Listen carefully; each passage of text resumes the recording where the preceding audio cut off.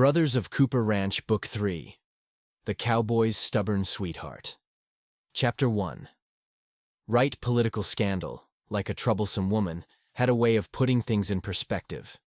It also had a way of keeping you up at night. Wright Cooper sat at the kitchen table at Cooper Ranch. It was well past midnight and well past the appropriate time to be cleaning a shotgun, but clean he did. He found the practice meditative. So much of the world around him seemed to be descending into chaos these days. He found himself feeling almost grateful that no one had gotten around to cleaning it before he did. The kitchen windows were open, and the cool air of a Montana's summer night drifted to him. He breathed it in, and the lead weight in his chest seemed to lighten just a little. He knew it would be back full force in the morning. He had run home, but there was no escaping the mistakes already made. His cell kept buzzing with updates in the other room. Normally he kept it at his side. Now, the only thing Wright answered to was the call of a glass of scotch. He paused in his cleaning occasionally to raise it to his lips and relish the harsh burn of it as it blazed down his throat. It was like paying someone to punch you awake. Repeatedly. Good. He needed a hard dose of reality after waking up from the political dream he had been persisting in. The news broke last week. The gubernatorial candidate Wright had been fundraising for had been embezzling campaign funds. Why? No one seemed to know for certain. In the immediate wake of the scandal, the media was all too happy to scream corruption and leave the speculation to those tuning in. Nathan Morris had been wealthy to begin with, and the whole affair had been messily executed. The one thing everyone seemed willing to bank on was that Morris's bail would be paid by his family, and that he would walk. It seemed absurd to Wright that, in the aftermath of the news breaking, it should be his reputation that was tarnished. He had no idea that Morris was embezzling, but maybe that was exactly why his good name now lay in ruins. His lack of oversight had enabled a crime to be committed at the expense of the people of Montana. He had wanted to help, to take stewardship, to steer. And what he was left with was a complete derailment and a huge fucking mess to clean up. Wright sat back and looked at his shotgun. There was nothing left to do but admire it. It was as polished as it was going to get. Sighing, he packed up his cleaning kit and rose. He took his time returning everything to the cabinet. Once the door was shut, he turned to survey the kitchen. The sink was full of dinner dishes and brimming with sudsy water. Juliana's handiwork, or lack thereof. He had gone into town for takeout, so there was no one else who could possibly be responsible. Wright knew her mother kept a clean kitchen, and he didn't want Juliana to have to deal with this when she got back. He flipped the kitchen hand towel over one shoulder and started in. He wasn't waiting up for her, he told himself. It was just too warm upstairs to even think about sleeping yet. He may as well pull his weight around the homestead and hammer out a few chores to make himself useful. Juliana Norrell was the daughter of Andrea Norrell, the Coopers' longtime housekeeper.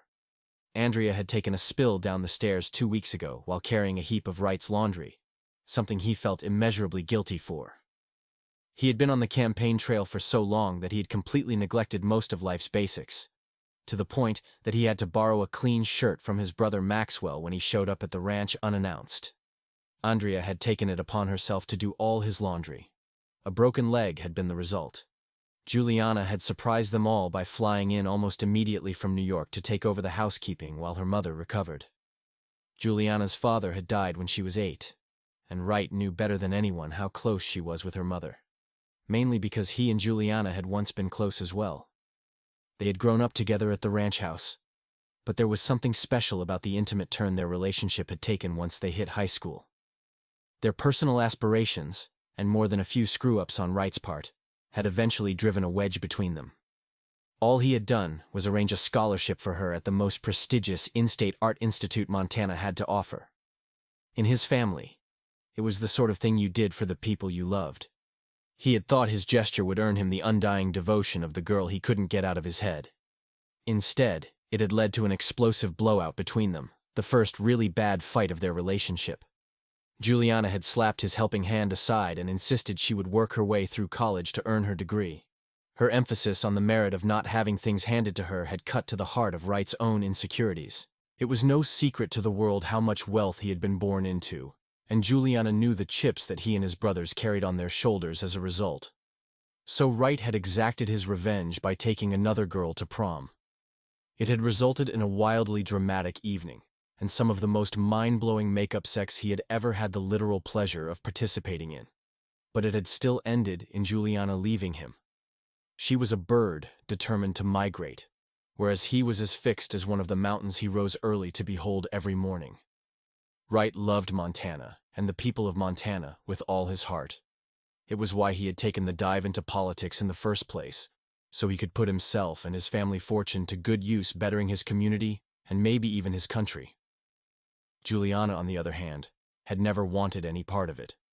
She had hightailed it out of the state almost as soon as she graduated to pursue what would eventually become a master's degree in fine arts. Her first photography series won her national acclaim, and a fan following that welcomed her with open arms on the East Coast. Wright had to wonder about the sudden speed of her return. He suspected that something had happened while Juliana was in New York, but he was probably the last person in a position to pry at the moment. Hell, he had a feeling he was the last person Juliana would want prying into her private affairs. Matters between them had only been several degrees warmer than cool since they both arrived back at the house. In recent days, Wright would have said that things had transcended cordial to become almost pleasant. But he was an optimist, and that had been before her date tonight. A car pulled up in the driveway. The headlights flashed across the window, and Wright looked up from the plate he was scouring. It was Andrea's pickup, meaning Juliana had returned home after all. Not that he had been worried she would overnight somewhere else, and even if she had, she was a grown woman, and it was none of his business. He watched with interest as she lowered herself out of the cab and swung her purse across her shoulder. Her head was low, her back hunched. It was a stark contrast to the confident woman he had seen proudly declare her intention to be out all night, only just that afternoon. Wright had read between the lines of Juliana's statement. "Don't expect any more chores to get done today, and don't wait up for me." He didn't think it was her intention to make him jealous by letting him know where she would be. Didn't mean it hadn't worked out that way in the end. Now, Wright fought to suppress a smile of triumph as he watched her troop around the side of the house. Sometimes it really did feel like they were back in high school. Juliana clearly thought she was sneaking back in, and that her alternative route would ensure no one saw her with her tail between her legs. When she pulled the back door open, Wright didn't turn to acknowledge that he had heard her. He kept scrubbing. "What the hell do you think you're doing?" her sharp voice demanded almost as soon as she entered. Up until now, he had almost felt bad for taking advantage of her disappointing date to pitch her his idea. Almost. Chapter 2. Juliana. The first thing that drew Juliana's notice upon her stealing into the ranch house kitchen was Wright Cooper. A man that tall and broad-shouldered and generously muscled, never risked being ignored. He turned from the sink with a look of surprise that was clearly feigned. He had to have seen her arrive home. His sleeves were rolled up, exposing his burly forearms, and his big hands were flushed red from the hot water he continuously ran over them. Of course, her mother's rubber gloves wouldn't fit him. She could see the muscles of his chest clearly through the form-fitting material of his cotton shirt. His glasses, slightly fogged from the steam rising from the tap, still couldn't hide those familiar penetrating blue eyes. Wright was always the first thing she noticed upon entering any room. The second thing she noticed was the gun. It rested in its mountings on the wall, precisely where it always did. But it gleamed almost as if it had been freshly manufactured. A result of Wright's unrelenting attention, she was sure. Once the man locked into a mission, he had a hard time letting go. "What the hell am I doing?" he echoed her in surprise. Juliana tore her gaze from the shotgun on the wall and returned it to him. His handsome face looked slightly befuddled. A thick eyebrow rose, and the natural sensual curl in his lips began to tug in the same upward direction. It looked as if he couldn't decide if she had just posed a trick question or not. "Yes." "What the hell are you doing?" she repeated. She came into the kitchen and set her purse down on the counter. She crossed her arms to further broadcast her displeasure. Wright turned around and leaned back against the kitchen sink. "Those dishes are mine, right? I set them in there to soak." "Kitchen sink belongs to everyone, Juliana," he replied. "Figured I may as well finish them off for you while you were out." "So it's a passive-aggressive thing?" The sensible part of her knew she shouldn't be so frustrated by a little thing like this. But this was always the way with Wright. It was his way or the highway. If your plans weren't executed quickly enough, he would step in and complete them for you to his exact specifications. It was maddening, but it was more than that. Juliana couldn't help suspecting the dishes were an excuse. Wright had been waiting up for her, she was certain, even if the man wouldn't come out and admit it himself. And a part of her resented that his presence in the kitchen made her feel sheepish. She had absolutely no reason to feel guilty for coming home this late from a date. She wasn't in high school anymore. Neither of them was, no matter how irresistibly their current living situation felt like déjà vu. Juliana flushed a little at the memories. She couldn't help noticing the size of his hands again and the hot pink sponge that was dwarfed by them. Maybe what she should really feel sheepish for was being so annoyed at finding him here at all. The poor man's reputation had just suffered a complete catastrophe on his first major foray into politics. The campaign he'd taken a leave of absence from running Country Coop, the family business, to work on. The latest news out of the gubernatorial race was that the candidate Wright had supported had some years ago hosted a hunting trip and deliberately shot a bald eagle. The optics had never been worse. Every day seemed to deliver a new blow. Could she blame him for retreating to Cooper Ranch to lay low and lick his wounds? And anyway, this was his home, not hers. Even though she had grown up here, running down its hallways, laughing, with one or more cattle dogs at her heels, even the dogs hadn't been hers. It was strange to feel at home, and also know that you would never truly belong. She supposed that was the reality that came with being the daughter of a wealthy family's beloved housekeeper. "How was your date?" Wright asked her. Juliana blinked as his question snapped her back to the present. He stared at her with no discernible expression. Then he reached up to adjust his glasses. The minor tic betrayed him. Wright wasn't just making casual conversation. He was actually invested in her answer. It went horribly. Juliana wished she could make like Wright's candidate in that moment and pull off a major lie, but she was suddenly too exhausted to try. "Good," Wright said. He tossed the sponge behind him and pulled out a kitchen chair that was clearly meant for her. Juliana raised an eyebrow. "Good," she repeated. She went nowhere near the offered chair. "I need your help with something, and I need you focused." Wright's needs were one thing, but the reality was very different. Juliana sat down in the chair and tried to ignore the way his hand slipped out from behind her belatedly. She felt the brush of his knuckles accidentally skim her back. Goosebumps erupted along her right shoulder in response. There was no focusing for her when Wright was around. All she could do was posture and pretend. She could affect the character she played in New York, but it felt like even more of an act here.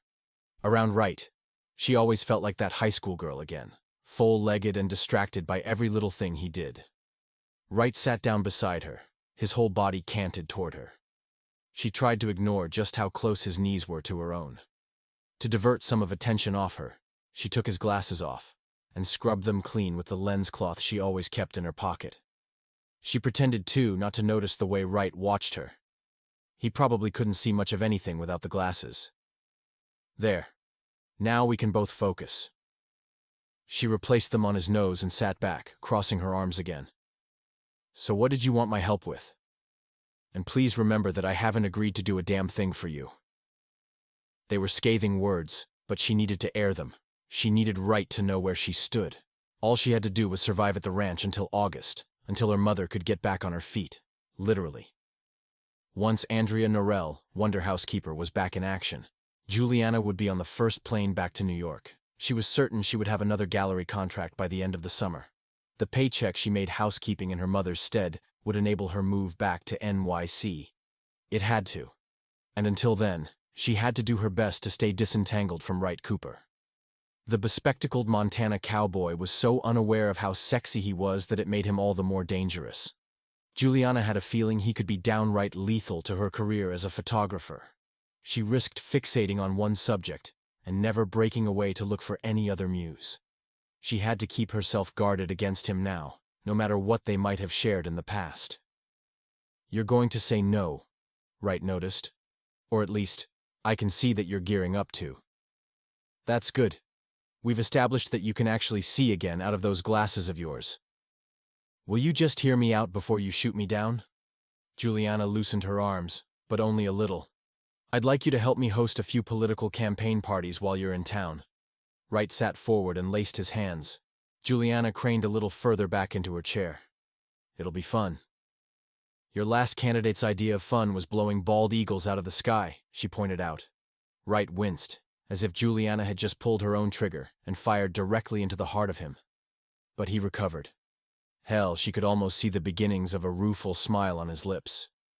Easy, Juliana. You shouldn't kick a man while he's down. Some men like it rough.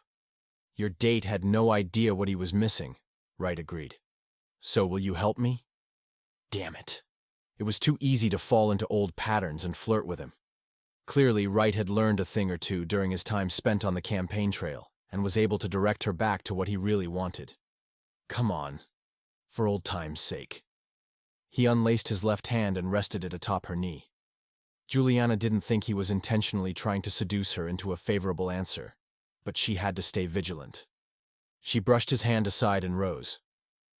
Surely at your advanced age you can manage to host a party on your own? She smiled crookedly to let him know the insult was playful. I can, Wright agreed. But it wouldn't be anything close to a success without you. You've been without me for years, Juliana said. She hated the way her throat almost caught at the words. She had to keep things light. She couldn't let Wright pull her back to a time and a place she had left far behind her when she moved to New York. You'll be fine, she reaffirmed. My answer is still no. She left him to stew over her refusal and climbed the stairs to her bedroom. She fell asleep to the sounds of Wright still moving around downstairs, and with the phantom press of his hand still warming her knee. She had to stay strong.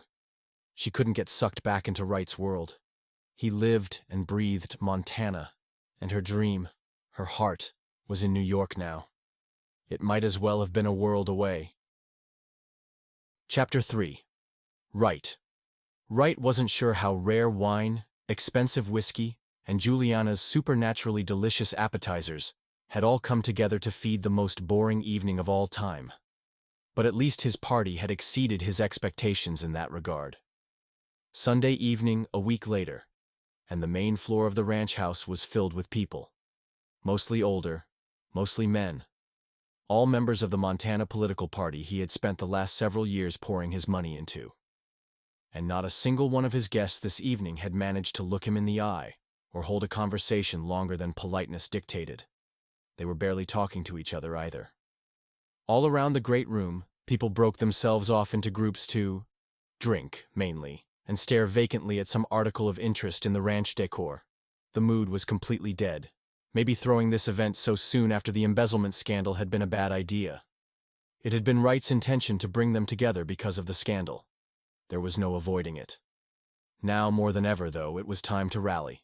Time to address their mutual problems, commiserate, and come up with a plan to move forward, damn it. Nothing positive was likely to happen if they could barely stand to be seen in the same room anymore. As the evening dragged on, it was all Wright could do to keep himself from escaping his own party. He had to fight his very real inclination, again and again, to leave the room at least long enough to take his contacts out. Maybe if the party faded to a blur around him, he wouldn't be able to take its absolute failure so personally. It had never been like this before. Before, everyone had clamored to attend the parties right through. He had clearly backed the winning horse, and together, they had existed side by side in what seemed like an unending victorious dream. The finish line had been in sight, their competitors a distant memory, the champagne bottle already popped and flowing. Now, he was grasping at straws and trying to fold them into solid reasons. He had barely managed to scrape together 30 people tonight for a benefit, one that the political party had been clearly hesitant about. Wright couldn't say he blamed them. For the first time in his life, his wealth had become a landmine. Nobody wanted to be seen sticking their neck out. Whether or not the landmine blew, this party was still a total disaster. Wright turned to hunt down another glass of wine and saw Juliana standing in the doorway. His stomach dropped, and that was when he really knew he was dead. She would see through his bullshit party in a hot second. How could she not taste the stale air of the room and realize he was a man already imploding in his suit?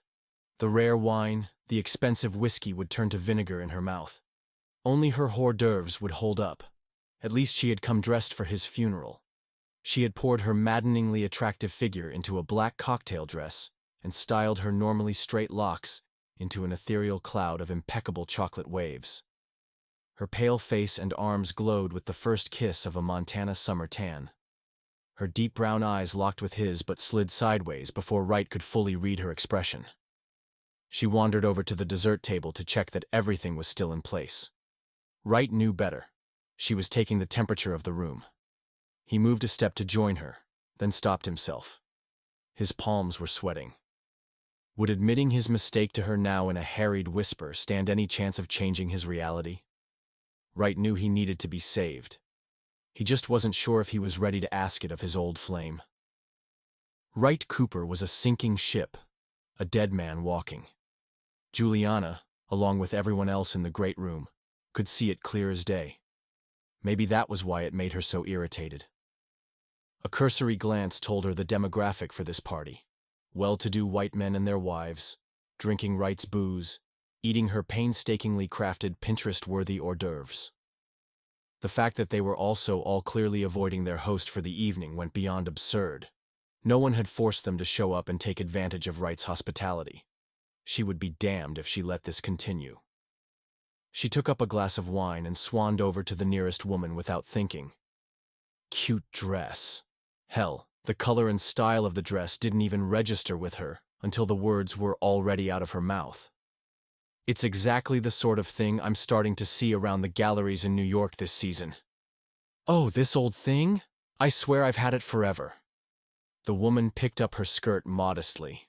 Several others, drawn by the prospect of an easy conversation, or perhaps drawn by the deliberately increased volume of Juliana's voice, wandered over to admire what was evidently a trendy outfit on display. "You're ahead of the curve," Juliana crowed. She stuck out her hand. "Hi, I'm Juliana. I'm the person responsible for all those hors d'oeuvres." Her words again triggered a slow migration by half of the assembled crowd, this time toward the table.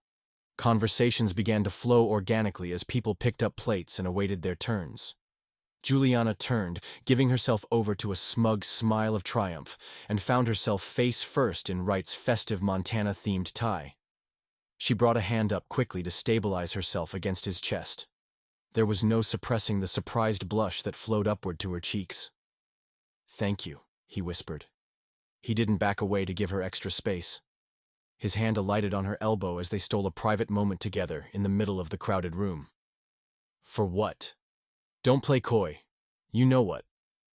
Juliana shook her head, not because he was wrong, but because no thanks were necessary. "You've got a problem here, Wright, and I don't think it has anything to do with your food or beverages." Juliana looked over her shoulder to observe the supposed festivities. "It's not even your guest list. Everyone here knows one another, but everyone here was also burned by he who must not be named." It was clear by this point that Nathan Morris would go down in Montana infamy as a candidate on par with Voldemort. "Tell me about it," he muttered darkly. She turned from her observation in time to see him down his glass of wine in one quick gulp. "Easy. You didn't pour that stuff out of a box. You should savor it." "Just tell me what to do," he pleaded. Juliana's mouth twisted in sympathy. This wasn't Wright's first fundraiser by any stretch. Clearly, in most instances, the man knew exactly what he was doing, and he was a hell of a host. He just didn't know what to do with himself in the face of such conversational adversity and potential social annihilation.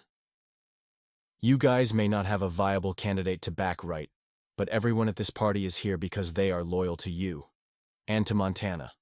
Love and support for a candidate didn't bring you here this evening. The love you share for your state did." "You're right. Of course." Wright squared his shoulders, took a deep breath, and plunged past her. Juliana found herself missing him the moment he was no longer hers, but she put those selfish feelings aside to examine later. She watched him move between party-goers, shaking hands, smiling, accepting compliments on his tie. She had done her best to help get the blood of the party flowing once again, but Wright was clearly the beating heart and soul of the gathering. These people may have shared doubts about the political future, but they still had at least some confidence left in Wright.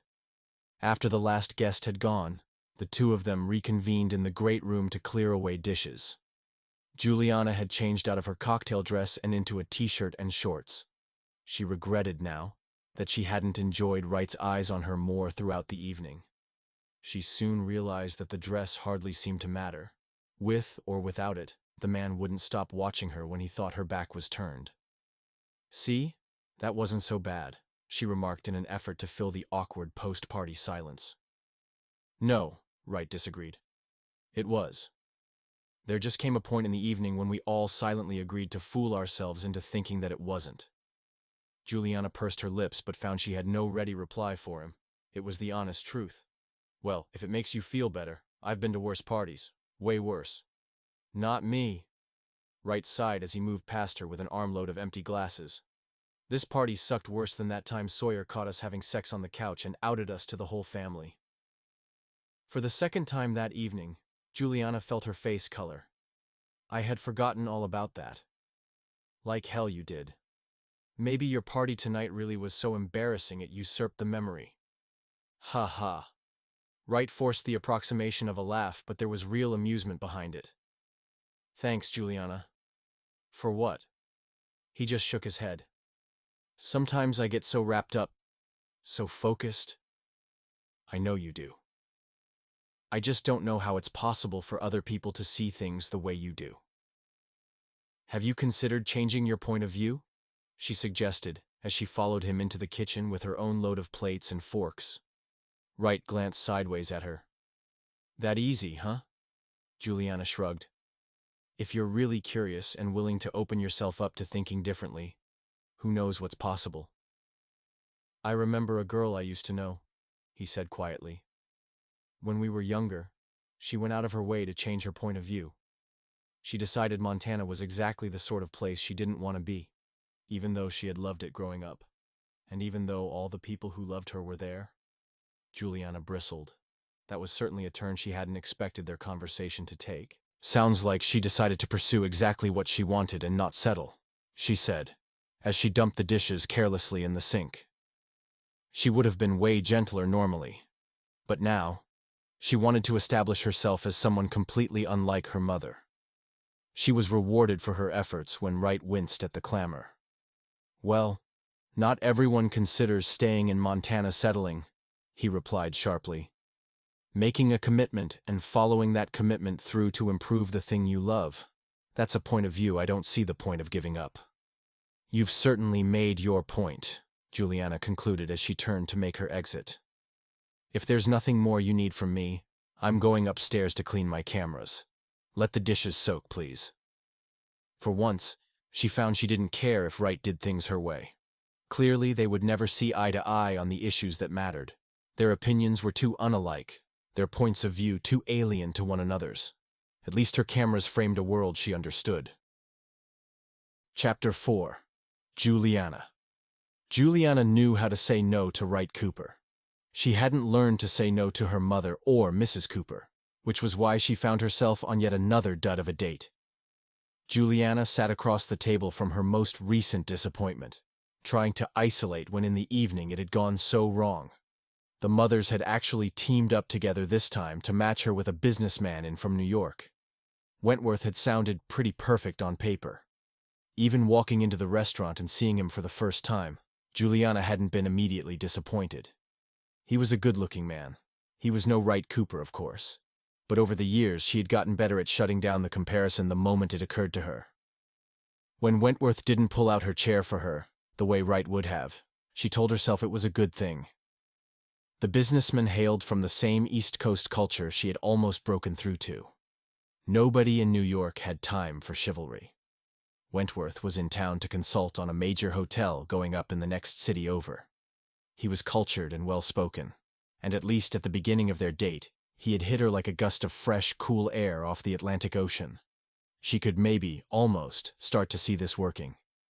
Then the conversation turned to her, to the art world, and that's when it all fell apart. "Seriously, Juliana, your rise was meteoric." Wentworth rocked back in his chair, splaying one hand toward the ceiling. The other held a glass of deeply red wine that looked in serious danger of emptying itself with the next dramatic gesture. And I don't use that word lightly. I bet you don't.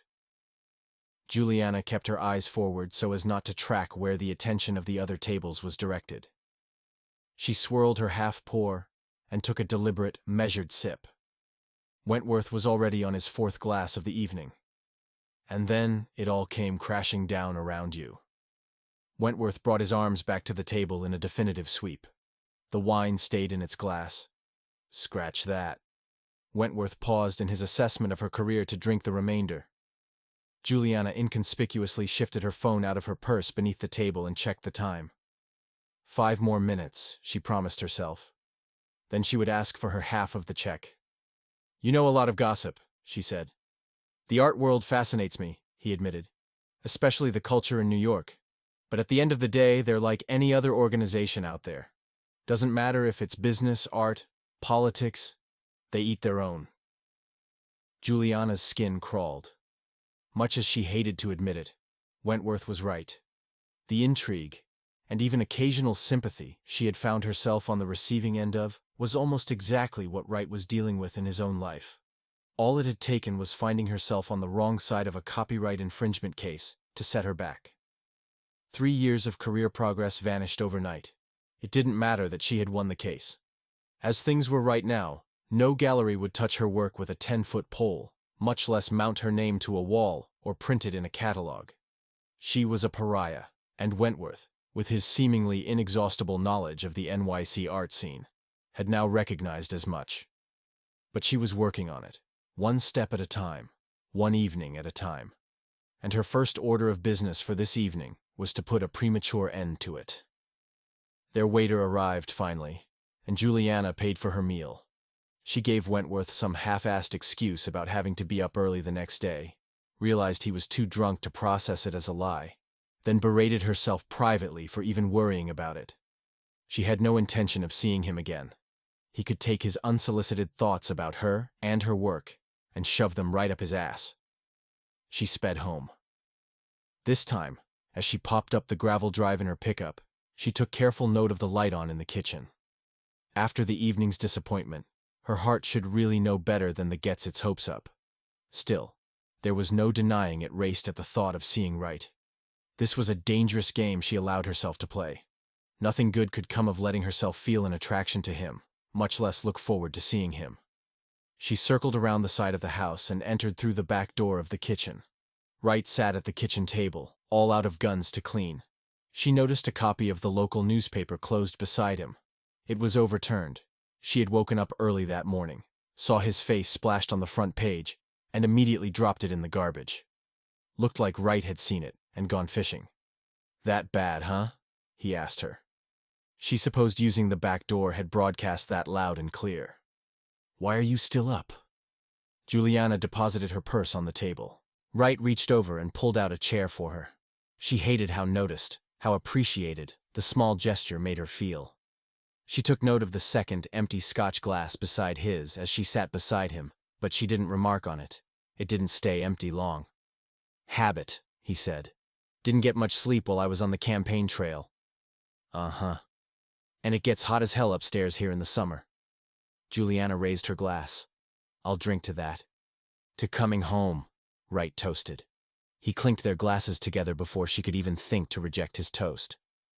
To coming home, Juliana repeated warily. Better late than never, he concluded. She had to wonder if he was talking more generally than just this evening. What's that? Juliana craned forward, for the first time noticing what appeared to be a list of names in front of him. Oh no. Wright, please tell me you're not planning another party. I failed last time, because I didn't have talking points, he confirmed stubbornly. This time, I'll be better prepared to engage. Juliana sighed and rocked back in her chair. She crossed her legs, kicked one heel off, and jogged her ankle. She ignored the fact that it brushed Wright's own leg occasionally. You never give up, do you? Can't say I don't admire it. That's a lot of negatives to tell a guy you like his style. Wright reached over with the bottle of scotch to pour her a refill. Juliana hadn't realized she needed one. Maybe she should slow down, but after the evening she had just had. So what went wrong with your date tonight? She didn't want to tell him. God, she didn't want to tell him. So of course she told him everything. Wright sat through her explanation, watching her over the black frames of his glasses. Listening. A part of Juliana had wanted to take the secret of her troubles in New York to her grave. At the very least, she had expected to keep the news of her disgrace from reaching anyone here in Montana.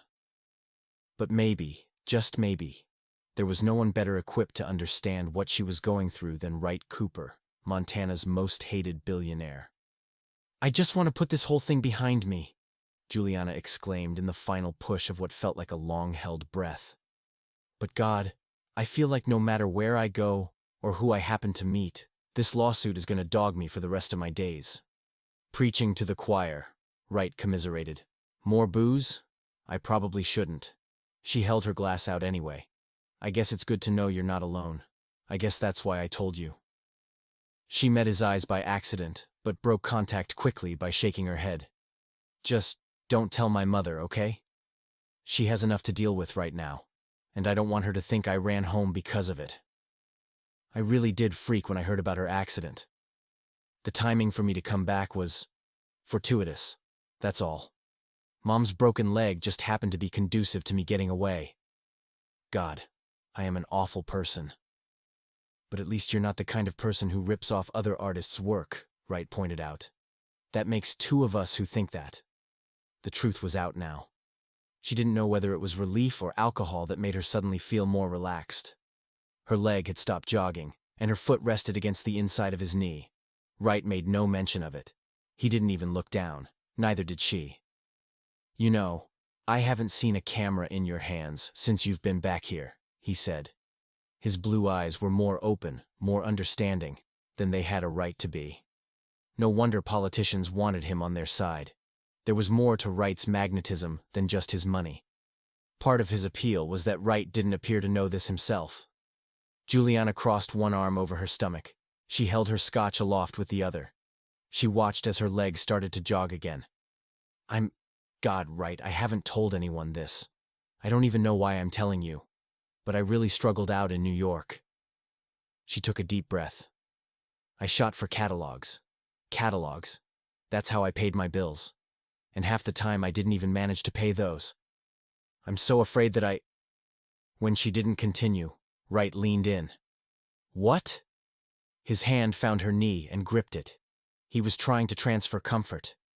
Even though the gesture should have been reserved for two people more intimate than they were, Juliana didn't push him away. "What are you afraid of, Juliana?"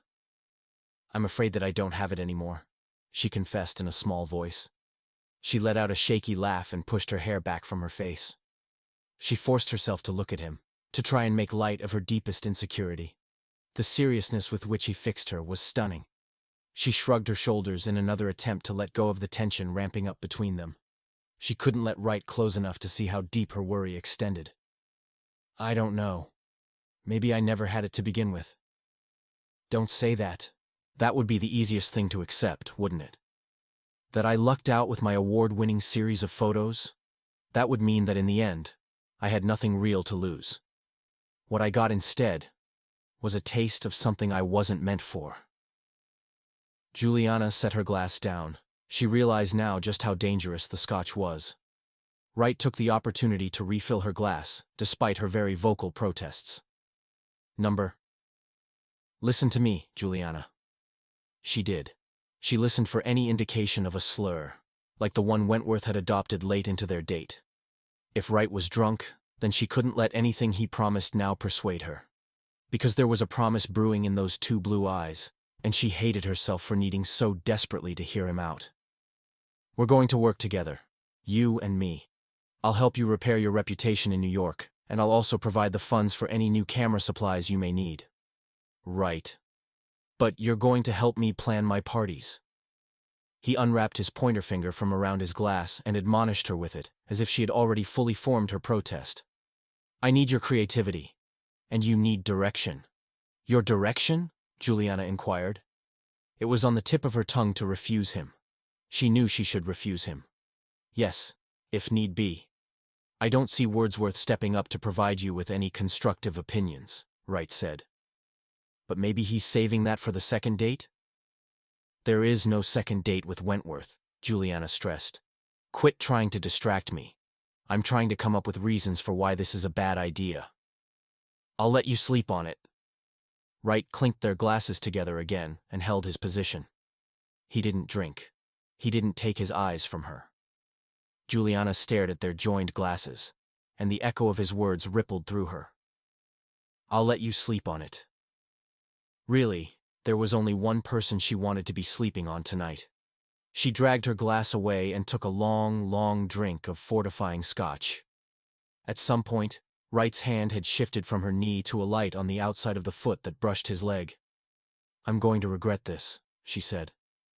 Aren't I? Sounds to me like you're asking a rhetorical question. Wright grinned. He set his empty glass down and rose to replace the lid on the bottle.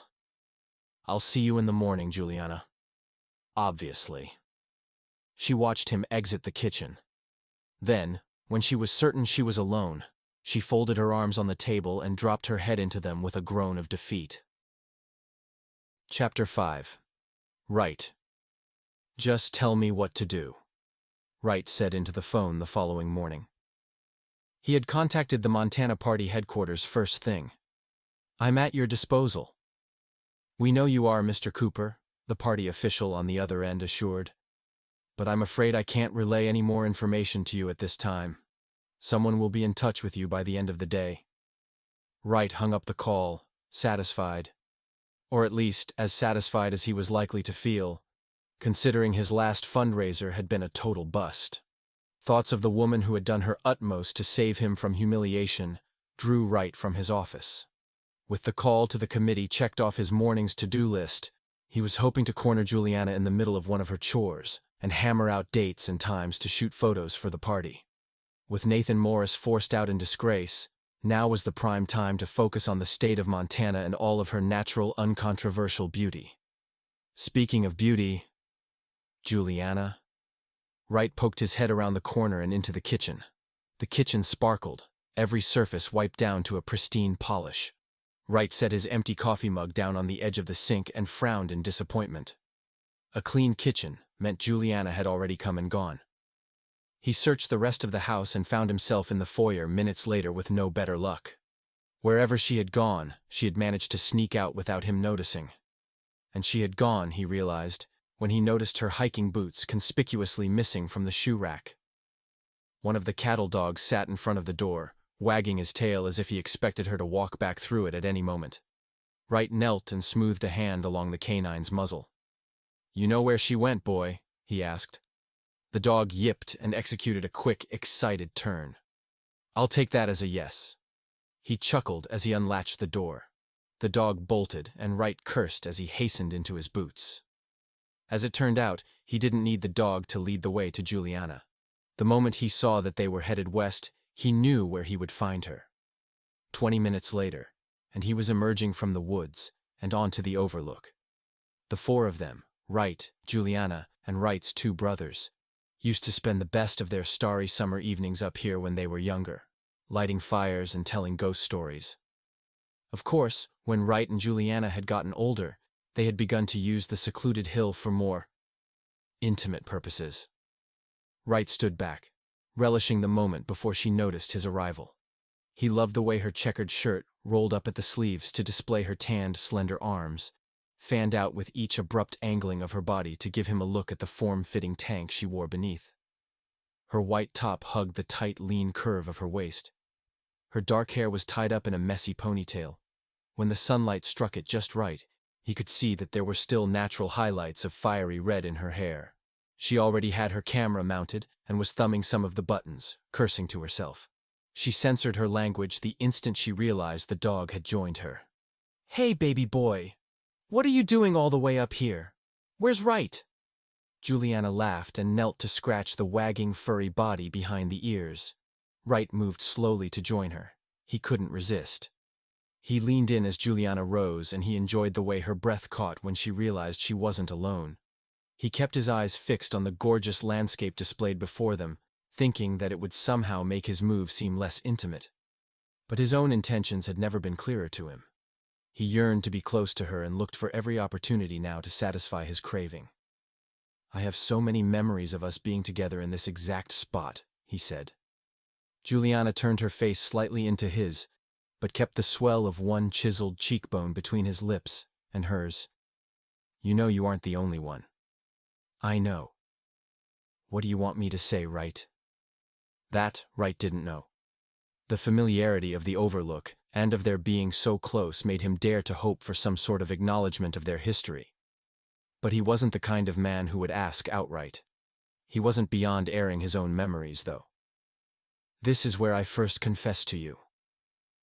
This was the very overlook where he had taken Juliana into his arms and told her that he loved her. His words had quickly procured him an equally genuine confession from the woman standing at his side now. Juliana turned to him suddenly, and Wright held his breath. She met his eyes. Then, as a distraction tactic, she took his glasses off. She brushed a fine film of dirt off them, gave them a quick once-over with her lens cloth, and tried to pass them back. When Wright didn't immediately accept, she met his eyes again. He could see just fine up close, and what he saw was a pair of gorgeous brown eyes, so close and so sunlit that they seemed to be ringed by fiery gold. He heard Juliana's startled intake of breath, and he pressed forward. His hand smoothed up the curve of her waist, and he closed his eyes. He let his lips remember the way. A split second later, they connected, and Juliana's next quick breath was his for the taking.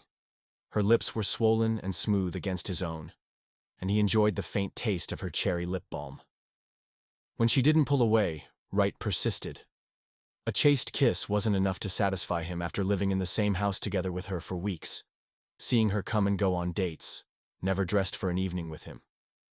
Or had Juliana chosen her wardrobe knowing he would see her depart, knowing that he would be the man waiting up for her at the end of the night? Her kiss made him dare to hope. Suddenly, she was no longer hesitating. She pressed into him, and the hand at her waist clenched and gathered the fabric of her shirt. Wright pulled her against him.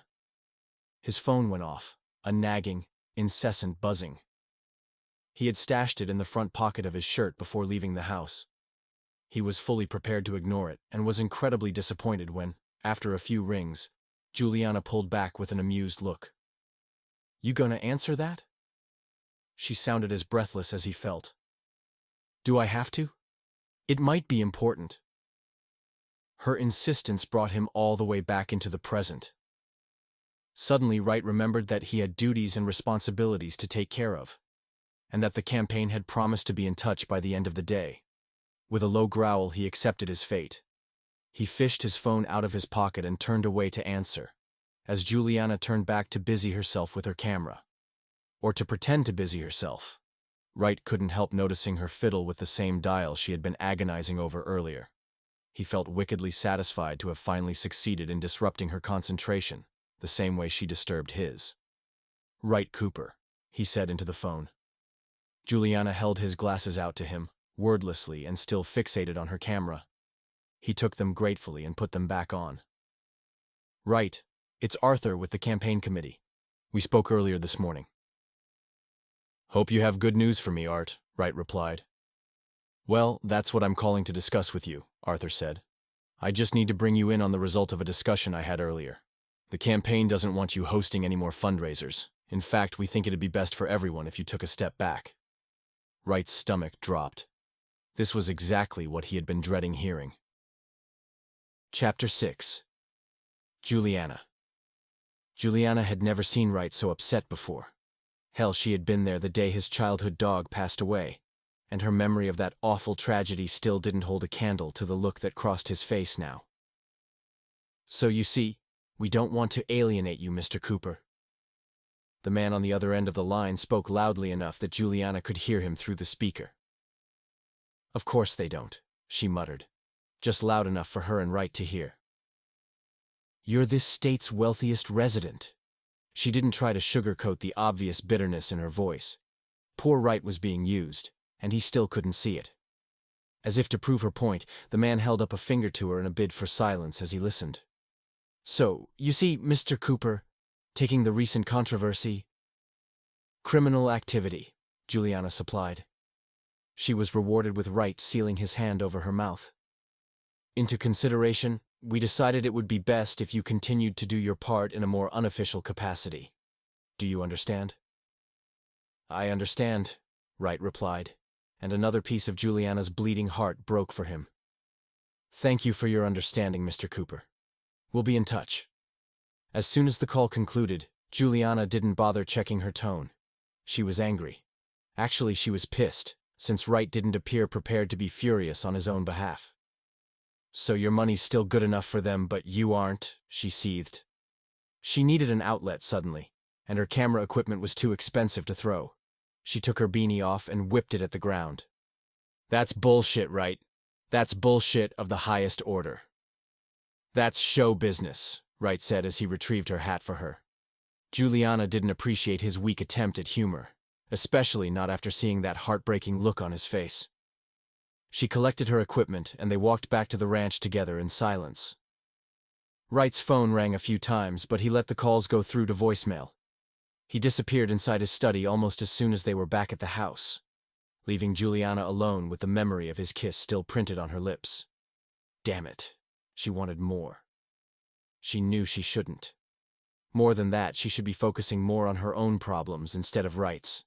They had agreed to partner up and help push one another ahead, but how much assistance could she be to him, really? She didn't know the first thing about gubernatorial races or politics. She was an artist. She moved through the world emotionally, not logically. And she had a suspicion that, in this instance, emotion just might make everything worse. She shouldn't have kissed Wright. They were alone with an entire ranch house to put between them, to occupy them. But Juliana still found herself pacing outside his study with one of the cattle dogs at her heels. She broke away occasionally to do chores, but she inevitably found herself drawn back, and as the hours ticked by, she grew increasingly worried. What was Wright doing in there all alone? Had he actually locked himself in? A momentary panic caused her to reach out and try the handle. It gave beneath her hand and turned. The door inches open. She froze. "Wright!" she called out. She pressed her cheek against the grain of the door. "Knock, knock. You're probably better off finding someone else to spar with today." His voice, normally so effortlessly strong and resonant, now sounded tired and listless. "Why don't you call up Wordsworth?" "I already did," Juliana replied. "But he isn't around until this evening. You don't mind if I have him over to the house for dinner, do you?" Wright instantly appeared at the door. Juliana grinned and eased it open all the way. It looked like he had lost a week's worth of sleep since she had seen him that morning. "There you are," she said. "Oh, that was underhanded," he noticed. Juliana's grin broadened. Of course she hadn't called Wentworth. She didn't even have the man's number. "You might have a future in politics." Wright sighed and adjusted his glasses. Juliana resisted the impulse to fix them for him. The glasses were a recent accessory of his, and they only made him look more dead sexy and distinguished, but he clearly wasn't used to them. "I make predictions too," she said. "Something tells me your future is downstairs helping me fold your underwear." She held the door open expectantly, and he joined her. She imagined it must be difficult for a man as tall as he was to look properly sheepish, but he still managed it by ducking his head and burying his hands in the pockets of his sweater. "You've already gone full recluse," she said as they started down the stairs together. "What on earth are you doing wearing that sweater in the dead of summer?" "It was the only thing left in my closet besides my suits," he admitted. "Don't I know it? I've got a mountain of laundry down here. I bet Mom broke her leg on purpose just to get out of folding it all." This earned her a genuine chuckle from Wright, and her cheeks warmed. She picked a freshly laundered t-shirt off the couch, gave it a crisp snap, and passed it to him. No sooner had the garment traded hands than the sweater came off. A flash of taut abdomen, and Juliana looked away quickly. She cursed herself in the next instant. Every molecule of her being wanted to see Wright shirtless, but she wouldn't allow herself to be enslaved now by her most basic instincts. Just because they had kissed didn't mean she wanted, or even needed, all of him. It was all this dating, she reasoned. She kept building up her expectations, only to never have them fulfilled at the end of the night. Wright was, objectively speaking, lip-worryingly handsome. Any girl who clapped eyes on him got a craving for him.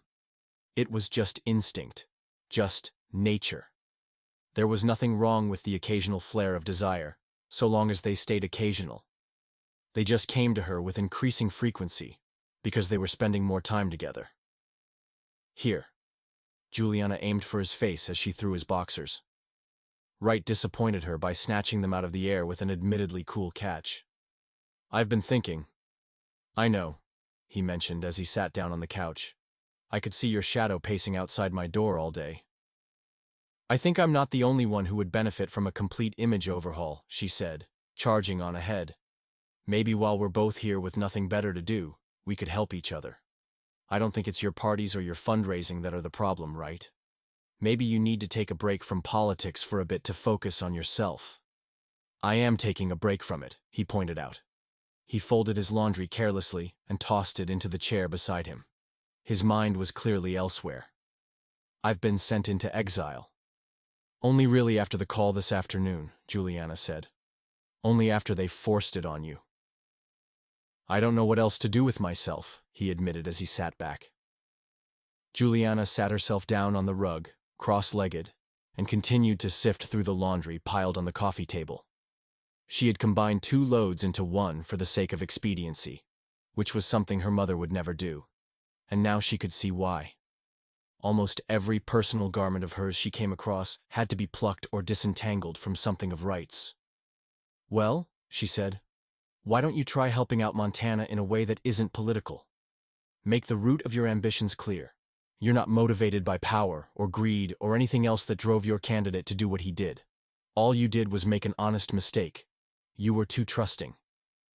I was too preoccupied. Wright was staring at the tangle of laundry in her hands, his gaze present once more. Preoccupied with trying to make Montana better? Juliana concluded. She pulled her black lace panties from his boxers triumphantly. It felt like the perfect punctuation to her point. So why not find another way to pursue the cause that's most important to you? Wright swallowed and looked away. He pulled his glasses off and fiddled with them. Juliana blinked, wondering if her idea could have really been that bad, before realizing the cause for his distraction. It was her panties. All at once they seemed ubiquitous. Adorning every pile, her laciest, tardiest undergarments were seemingly on full display. She picked up the bra nearest her and folded it quickly. I mean, there are plenty of nonprofits, and... She was struggling to come up with something, anything, that would take both their minds out of the room they currently sat in. Societies? That would benefit from your involvement. Something more hands-on? He suggested. No, I mean, yes.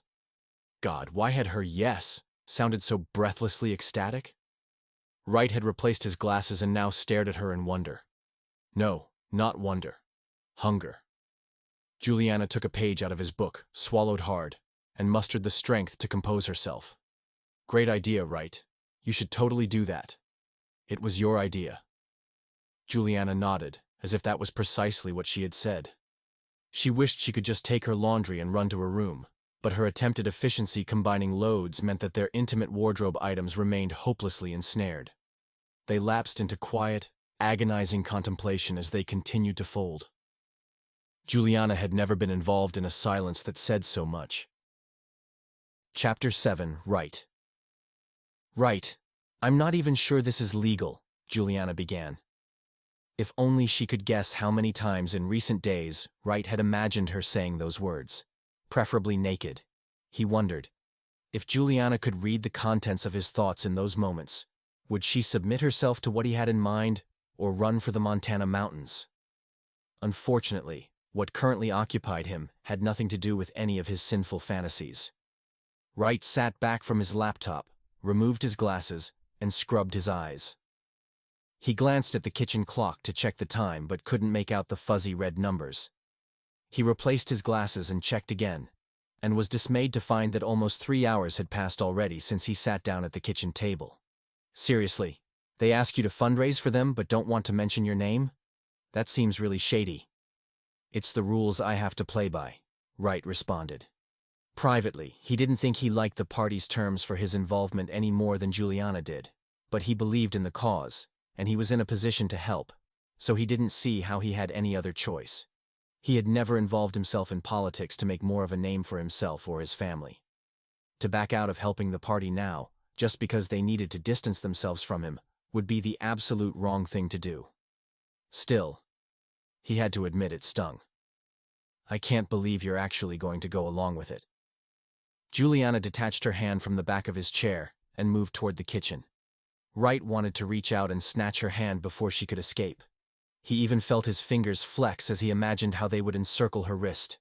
He wanted to pull the proud brunette down onto his lap and give her something extremely firm to believe in.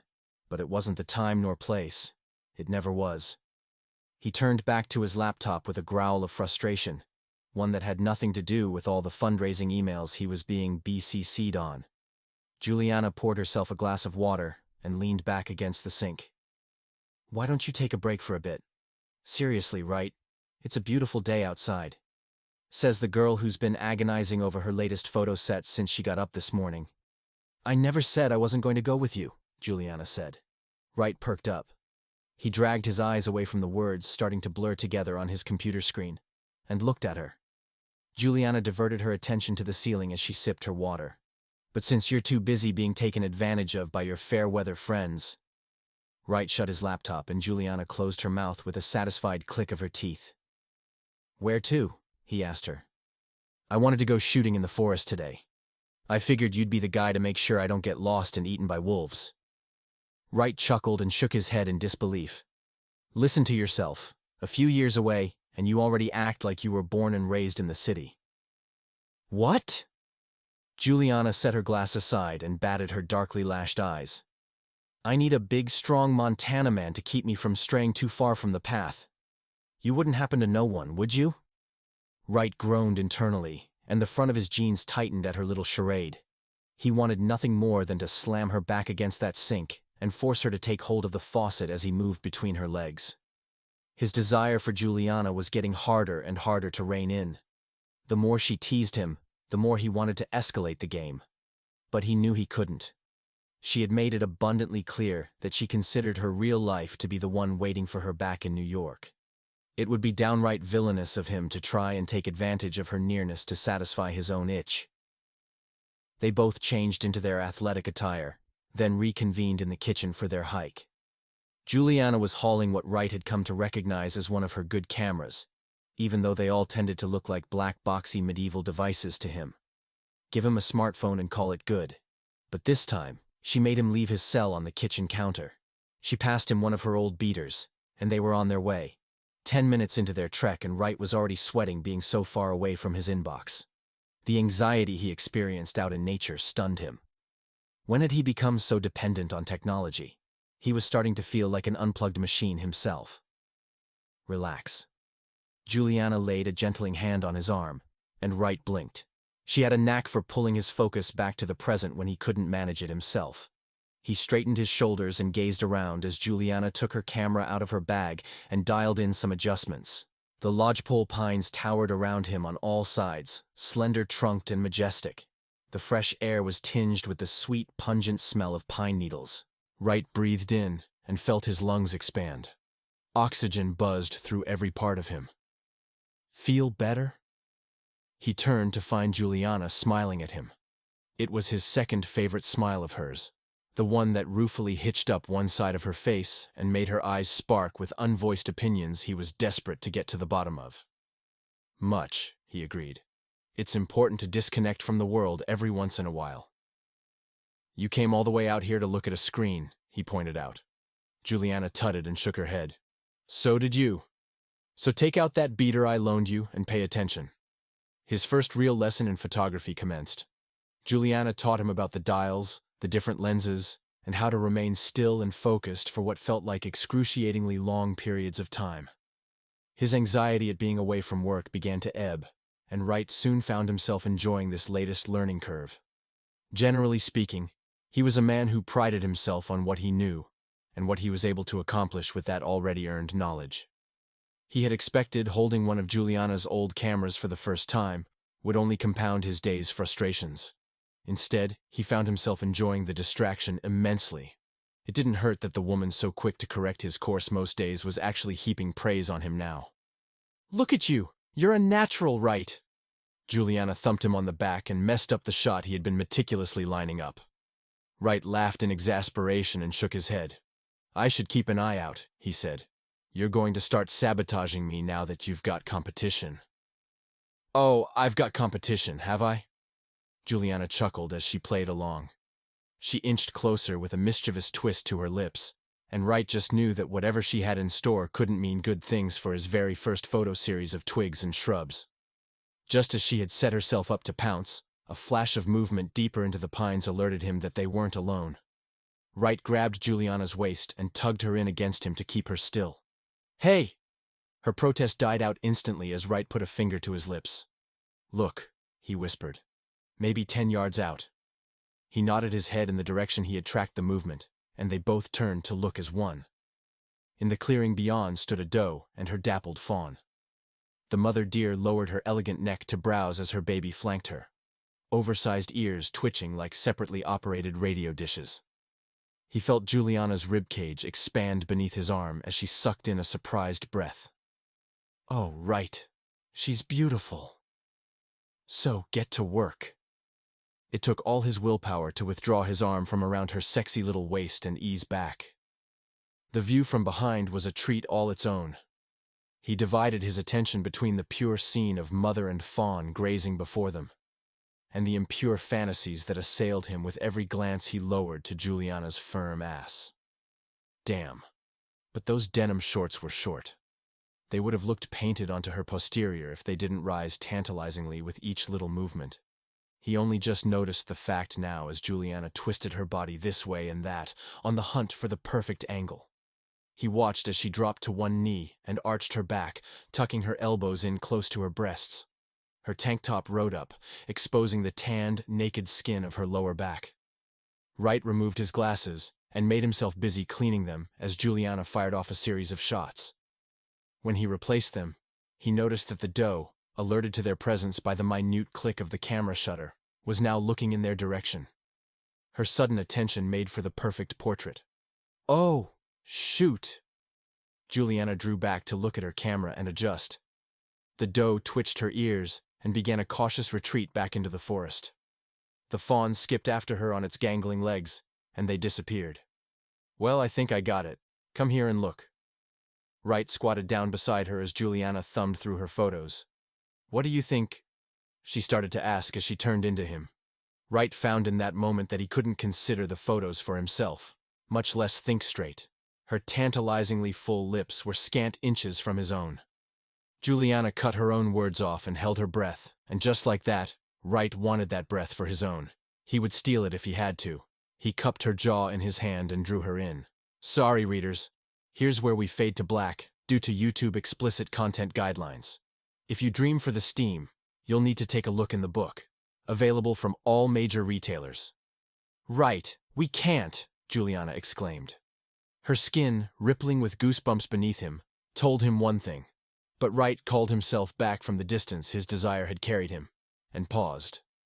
Why not? He asked. Then, devilishly, and because he wanted to hear her put to words what she suspected was about to happen, what can't we do? I can't have sex with you in the middle of the Montana woods, Juliana protested. Her face was flushed pink, as if she had just run an exhausting marathon, but Wright barely considered this the first lap. His cock was turgid. There was no way she couldn't feel how much he wanted her. How about the bedroom? He lowered his mouth to worship her neck. He didn't want to give her up. Not yet. It doesn't matter where you suggest we go. Juliana pushed his chest and sat up before him. Despite her resistance, she looked away, almost as if she felt guilty for saying no, or as if no wasn't the word she wanted to be saying at all. But Wright had to trust what she told him. He could parse her confusing signals later when he was alone. He nodded and shifted off her. He held his hand out to her in wordless invitation and helped her to her feet. Yes, he would figure this all out later. Right now, he needed a very cold or a very vigorous shower. And he knew it was probably a lost cause to extend the invitation to Juliana to join him. Chapter 8. Juliana. Damn, Juliana growled as she clicked through her recent shots. Damn, damn, damn. She dropped her head into her hands and moaned her utter dejection. Squeezing her eyes shut and staring at the black underside of her own eyelids was preferable to looking at the garbage photographs laid out before her on her laptop screen. After a minute, she fumbled blindly for her coffee mug and brought it to her lips. It was so cold, it had all but congealed. Juliana's wince brought her out of her momentary depression, and she rose to go reheat her drink. Thinking better of it at the last second, she dumped it down the kitchen drain and heaved a heavy sigh. She stared out the window at the gorgeous Montana countryside. Taking in its afternoon beauty suddenly felt like taking a punch to the stomach. Why couldn't she capture what her eyes saw? Why on God's green earth had she only been able to capture pictures of bees? Wright said in surprise behind her. Juliana nearly leapt out of her skin. She whirled. Wright stood over her laptop, lowering his glasses down his perfect, handsome nose, as if he couldn't believe what his prescription was telling him. He whisked them off and blinked. But before he had any more time to register what he was seeing, Juliana bounded across the kitchen and slammed her laptop closed. That's what you've been out there taking pictures of. Not on purpose, Juliana seethed. I blame you and your... But she broke off before she could say kisses, suddenly uncertain if she wanted to bring up what had so distracted her the other day in the woods. Wright looked at her, then brushed his own lower lip thoughtfully with a finger, as if reading the content of her thoughts. As if he, too, was remembering. She inched a step back, afraid that she might pounce otherwise. Her lips ached to replace that damn finger he kept dragging along his mouth. It was a wasted trip, at least from where I'm standing. Those photos are worthless. Hang on a minute, girl. Let me have a look at them. Maybe it was surprise at being called by his old endearment for her. Girl, that made her back off long enough for Wright to sit and rotate her laptop toward him. He pushed it open as Juliana sighed and walked back over to the coffee pot. She started portioning out another filter full of grounds and was sure to make it extra strong this time for them both. Don't call me girl, she mentioned as an afterthought. You always liked it when I did before, came Wright's ready response. I know. I mean, I admit to nothing. Wright had picked up the name after overhearing his father refer to his mother that way. Usually it was, ma'am, but every once in a while Robert Cooper had fondly pulled Penny Cooper into his arms and affectionately referred to her as girl. Since Juliana was the only real girl to be found around the household growing up, Wright had appropriated the term for his own use. He even liked to lay on the accent a little thick, same as his father, which had never failed to make Juliana blush. And it didn't fail today either. But she kept her back stubbornly turned to him as he clicked through the pictures on her computer. These are really good, he called over the noise of the coffee machine as she switched it on. Juliana had been hoping to drown out the sound of any forced compliments. They would be good if I had intended to be taking pictures of bees. She blew a heavy sigh and leaned back against the counter. You didn't intend to take these? Wright looked genuinely surprised. Juliana shook her head. These hills are filled with pollinators. So, despite my best efforts, it seems that their busy little bee bodies kept drawing the focus of my camera when I got in close. Juliana, these are incredible. Perfectly lit.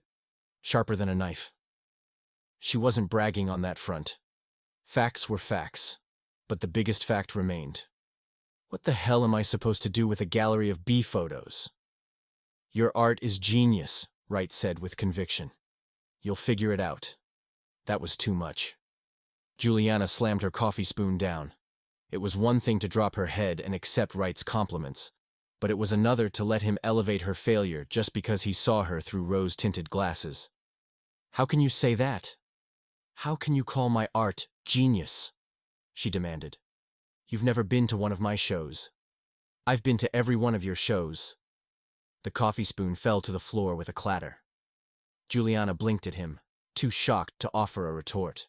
She knew she should be firing back to call him out on the joke, but Wright gazed at her with a perfectly serious expression on his face. You... what? She stammered. Wright? She felt suddenly desperate for an explanation, and desperate for it to be true. Didn't want to bother you. He shrugged and looked down into his lap, appearing suddenly shy. Seeing such a big man get as bashful as he did shouldn't have been a turn-on. But Juliana felt the resurgence of that needy heat in her stomach as she watched him now. She gave her head a little shake. She couldn't let herself get overwhelmed by him, not when an explanation was very much in order. "And I never meant to bother you by telling you."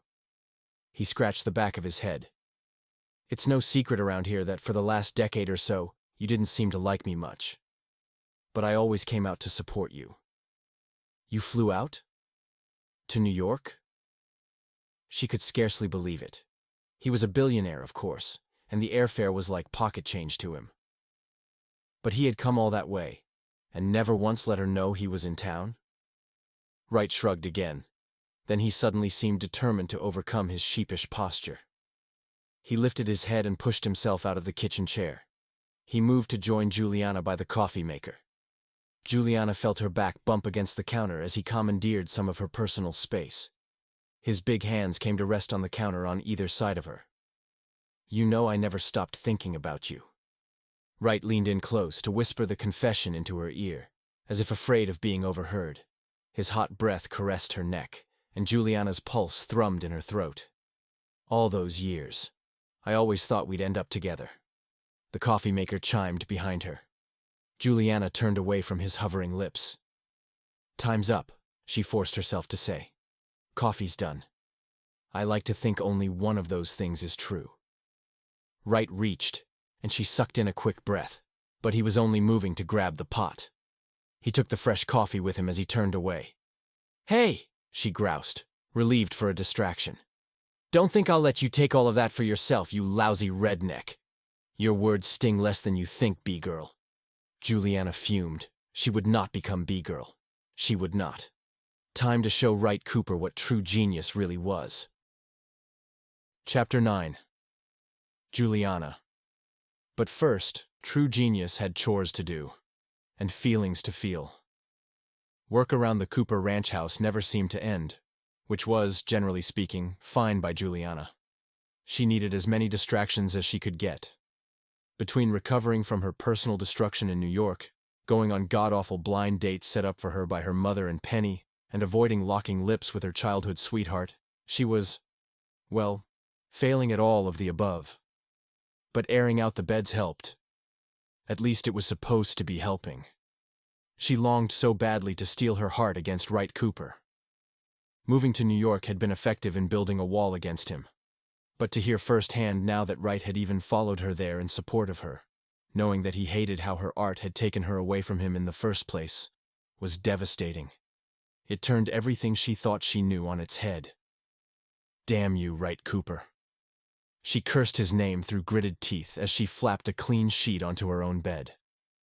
It felt good to say the familiar words, like a brick lovingly placed back in the crumbled foundations of her wall. He had no business secretly visiting her in New York. None. He loved Montana. Montana was his state. Juliana snapped the sheet again. But then again, if Montana belonged to Wright Cooper, what did that make her now? His property?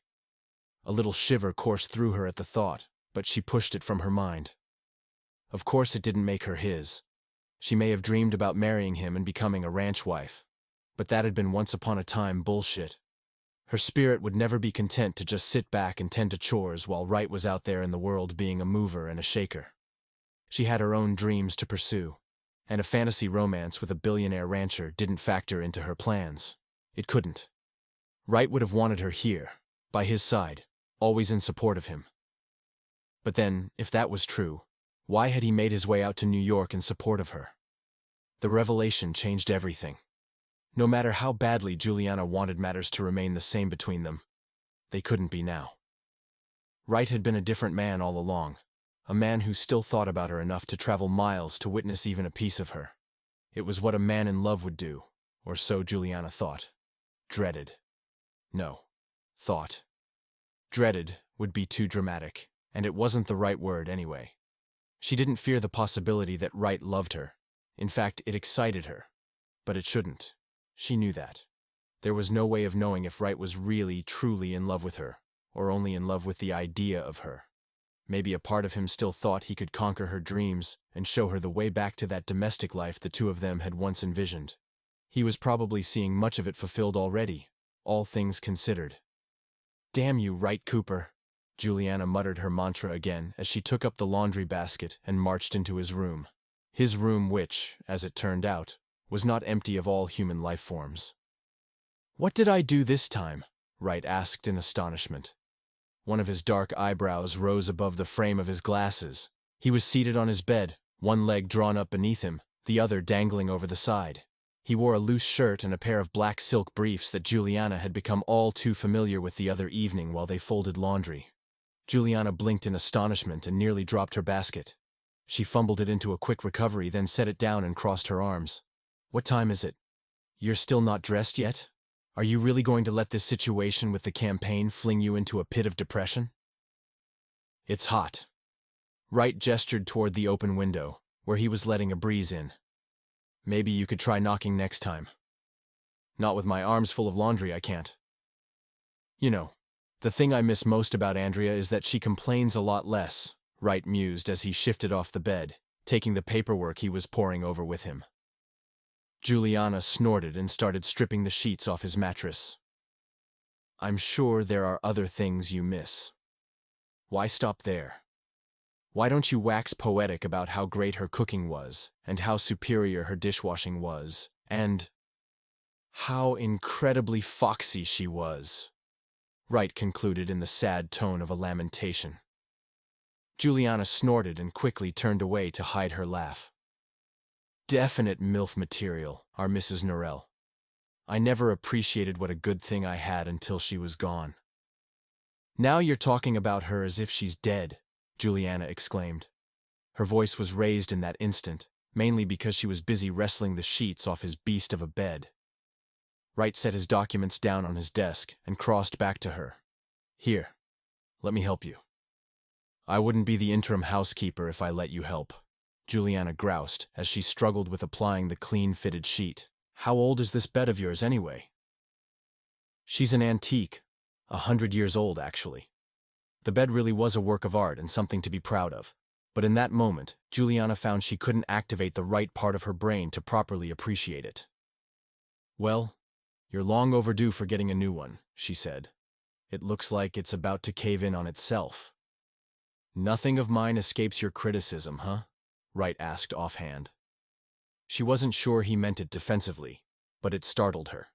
She paused, and Wright yanked at the other side of the fitted sheet. One of the slats chose that moment to unceremoniously detach itself from the bed and fall to the floor with a clatter. See? Juliana insisted. I told you. What am I going to do if this monster buries you in the middle of the night and smothers your cries for help? You wouldn't have to worry about it if you shared it with me. Juliana froze. Well, she mostly froze. Her heart kicked to life in her ribs, as if Wright's surprising words to her had restarted its battery. What are you saying? She felt dumb asking. Of course she knew what he was saying, or rather suggesting. There was no way to misinterpret his words. I'm saying you have an awfully strong opinion on a bed you've never slept in. What makes you think I'd be doing any sleeping? Juliana couldn't believe she was saying the words, and almost bit down on her own tongue to keep it still. It was a dangerous game she played.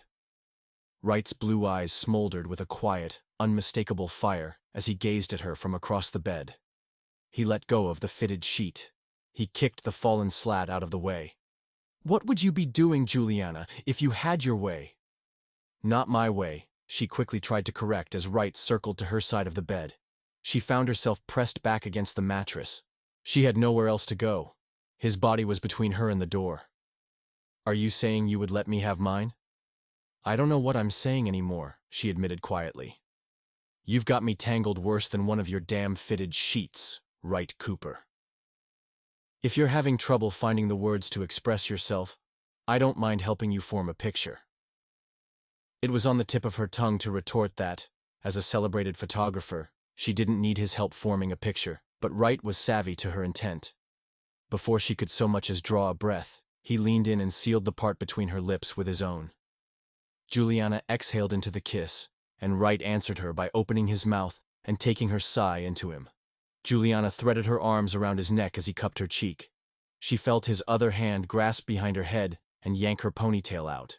Her hair tumbled free in dark, damp waves.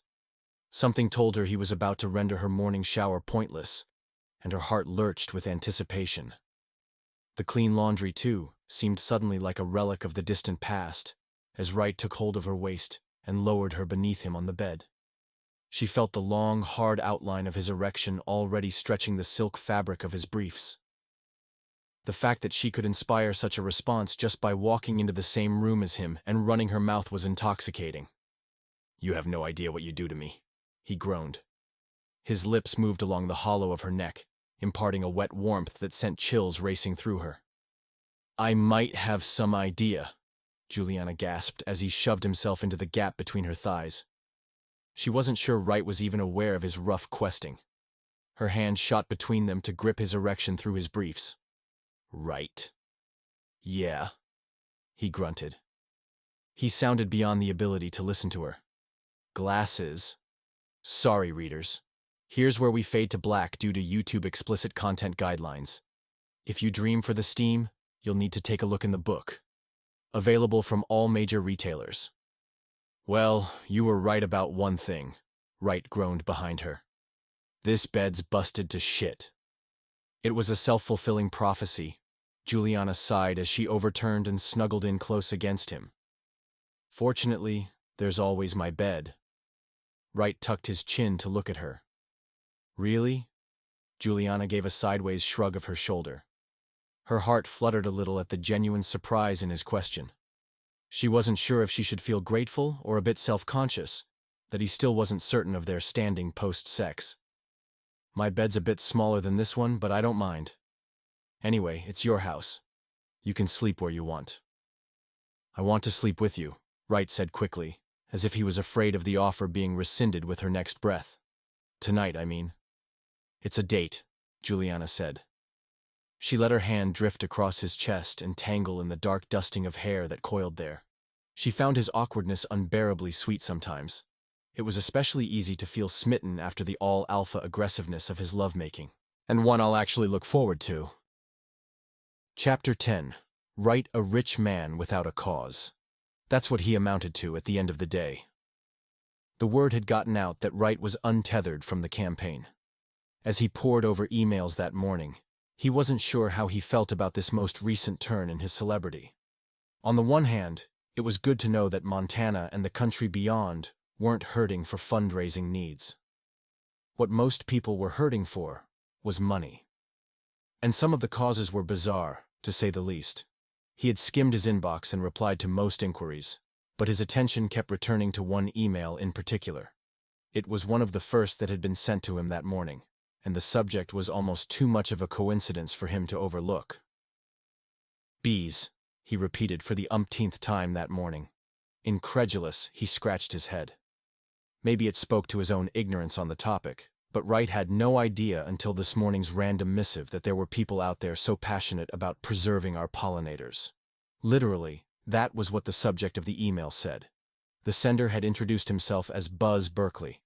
Wright's first impression of the man was that he was wacky, a conspiracy theorist, but there was something about his clear devotion to his project that struck a chord in him.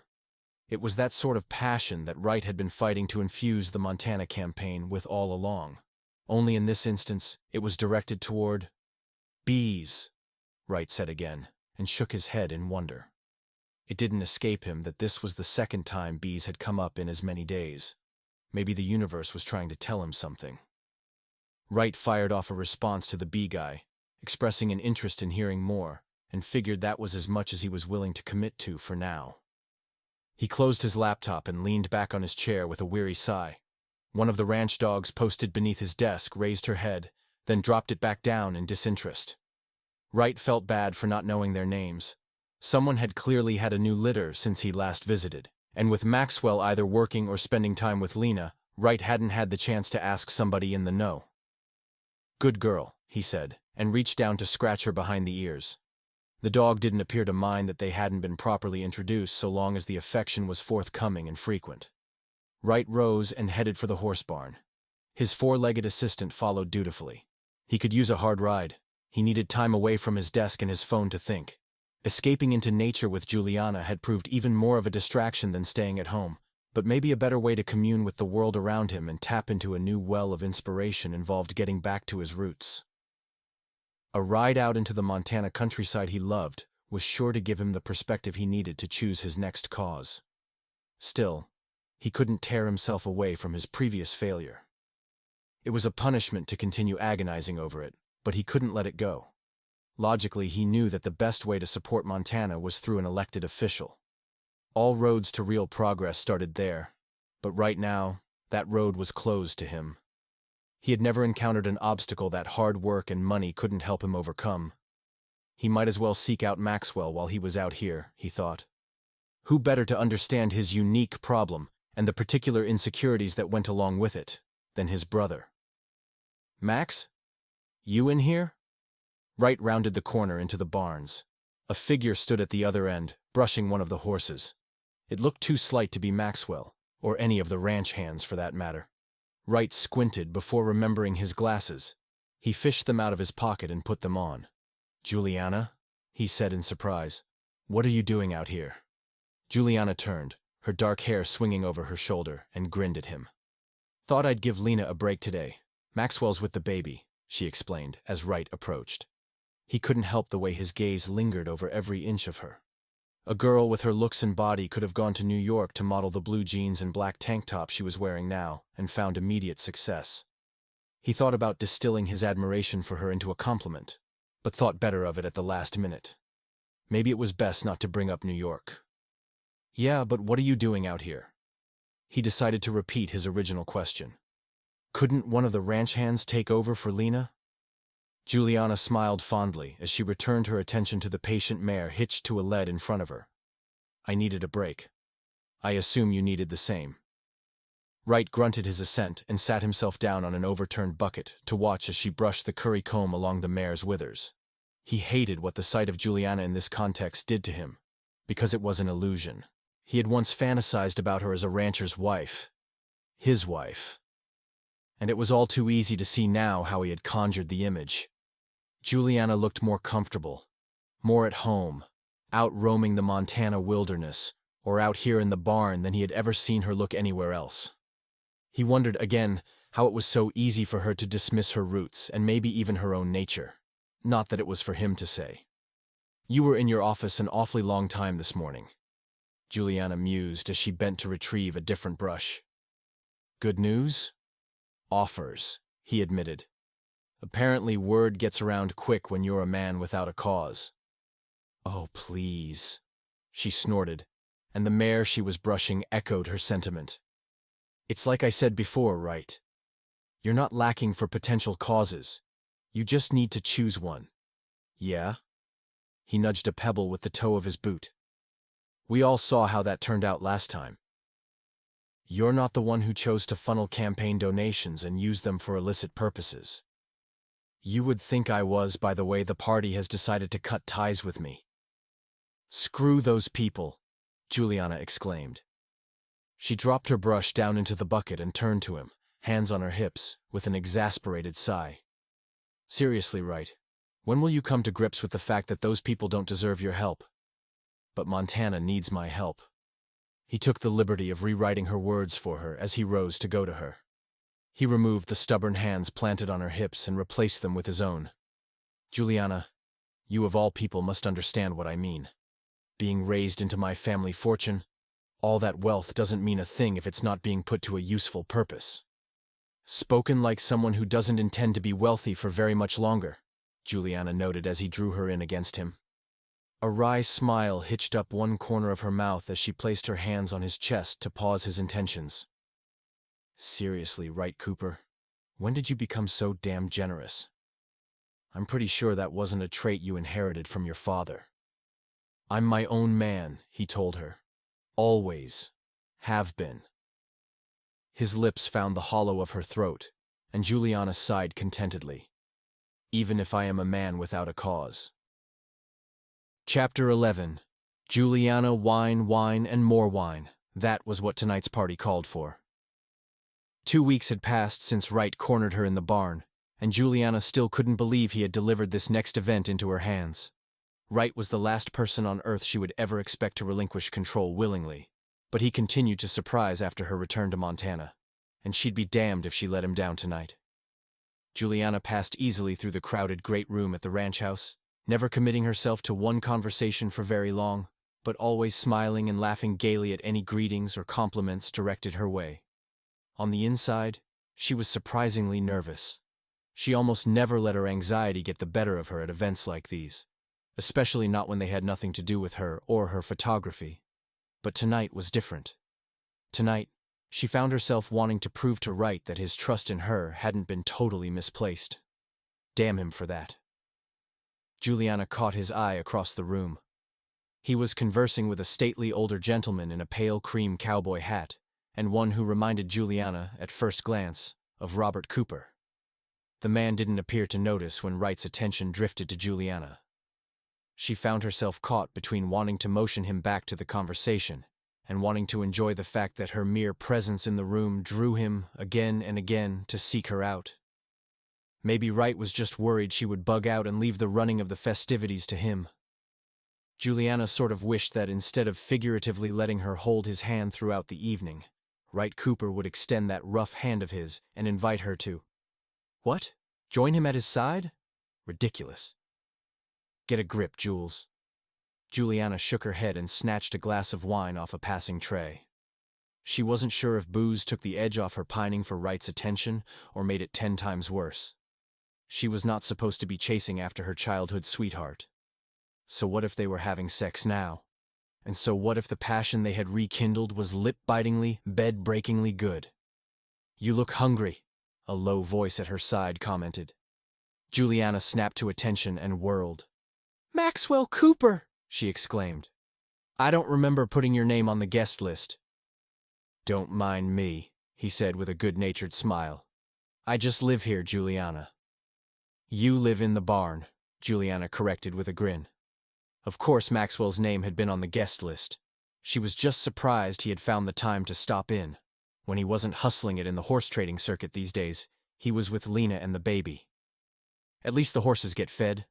Where the hell is the food? Maxwell made a little show of glancing around himself, and Juliana sighed. I've called the caterer 3 times already. The delivery time keeps getting pushed back. The time it took to plan and host the party, and the longer guest list, meant I couldn't cook the food this time. Kind of makes you miss Andrea, Maxwell said, and Juliana nodded vigorously. Her mother was still out of commission, leaving Juliana with a new appreciation of all she had really done around here as housekeeper. The woman was superhuman. What the hell is everybody wearing anyway? It's a toga party, Juliana said grandly, holding her glass aloft so he could get a better look at the sheet she was draped in. Togas and wine. It's a bacchanalia theme. I have no idea what that means, Maxwell said gravely. But combining empty stomachs with this much wine and an easy way to undress seems like a bad idea. Everyone loves a toga party, Max. Wait and see. She said it with more confidence than she felt. She couldn't dispute Maxwell's arithmetic. There was a reason why toga parties had been so popular in college. But, do me a favor, and maybe don't mention it to your brother that the food's coming late? Looks like he's got himself plenty preoccupied with Buzz Berkeley over there, Maxwell mused as he swirled his wine. Juliana nearly dropped her own glass in shock. She whirled and found Wright still engaged in conversation with the man in the cream hat. No way. That's B-Guy? He'd love to hear himself described that way, Maxwell said as he leaned in conspiringly. I mean, really, bees are his life, and, yep, that's Buzz. Juliana mused. She was intrigued by B-Guy, but the man's presence at their party boded more immediate possible problems. He definitely wasn't on the guest list, Maxwell. In fact, I think half the people here showed up without any invitation at all. I just let everyone in who was wearing a toga. Word gets around in this state faster than wildfire. You know that, Maxwell pointed out, especially when Coopers are involved. I also know that word on the street is that your brother is a billionaire looking for a cause, Juliana muttered. She couldn't help glowering at all the enterprising, bee-sheeted individuals she perceived to be circling Wright. At the beginning of the evening, she had pumped her fist in triumph at the number of people vying for Wright's attention. But that was 2 glasses of wine ago. Now she was afraid that he would be too easily taken advantage of. The success of the party might go to his head. He might latch on to the first offer presented to him. He might actually go for B-guy. Not that Juliana wasn't beginning to harbor a soft spot for the fuzzy little pollinators herself. "What's this party for, anyway?" Maxwell questioned. "I thought the campaign threw Wright's money back in his face." Juliana snorted. "Politicians? Saying no to money? Fat chance of that. No. They asked him for his help with the understanding that he should adopt a more anonymous arrangement. This party is just for a core set of donors for the state. We aren't fundraising for anything." "Well, you did good, kid. It looks like everyone's having fun." Maxwell clapped her on the shoulder. "Wright, especially." "I'm not so sure about that," Juliana admitted.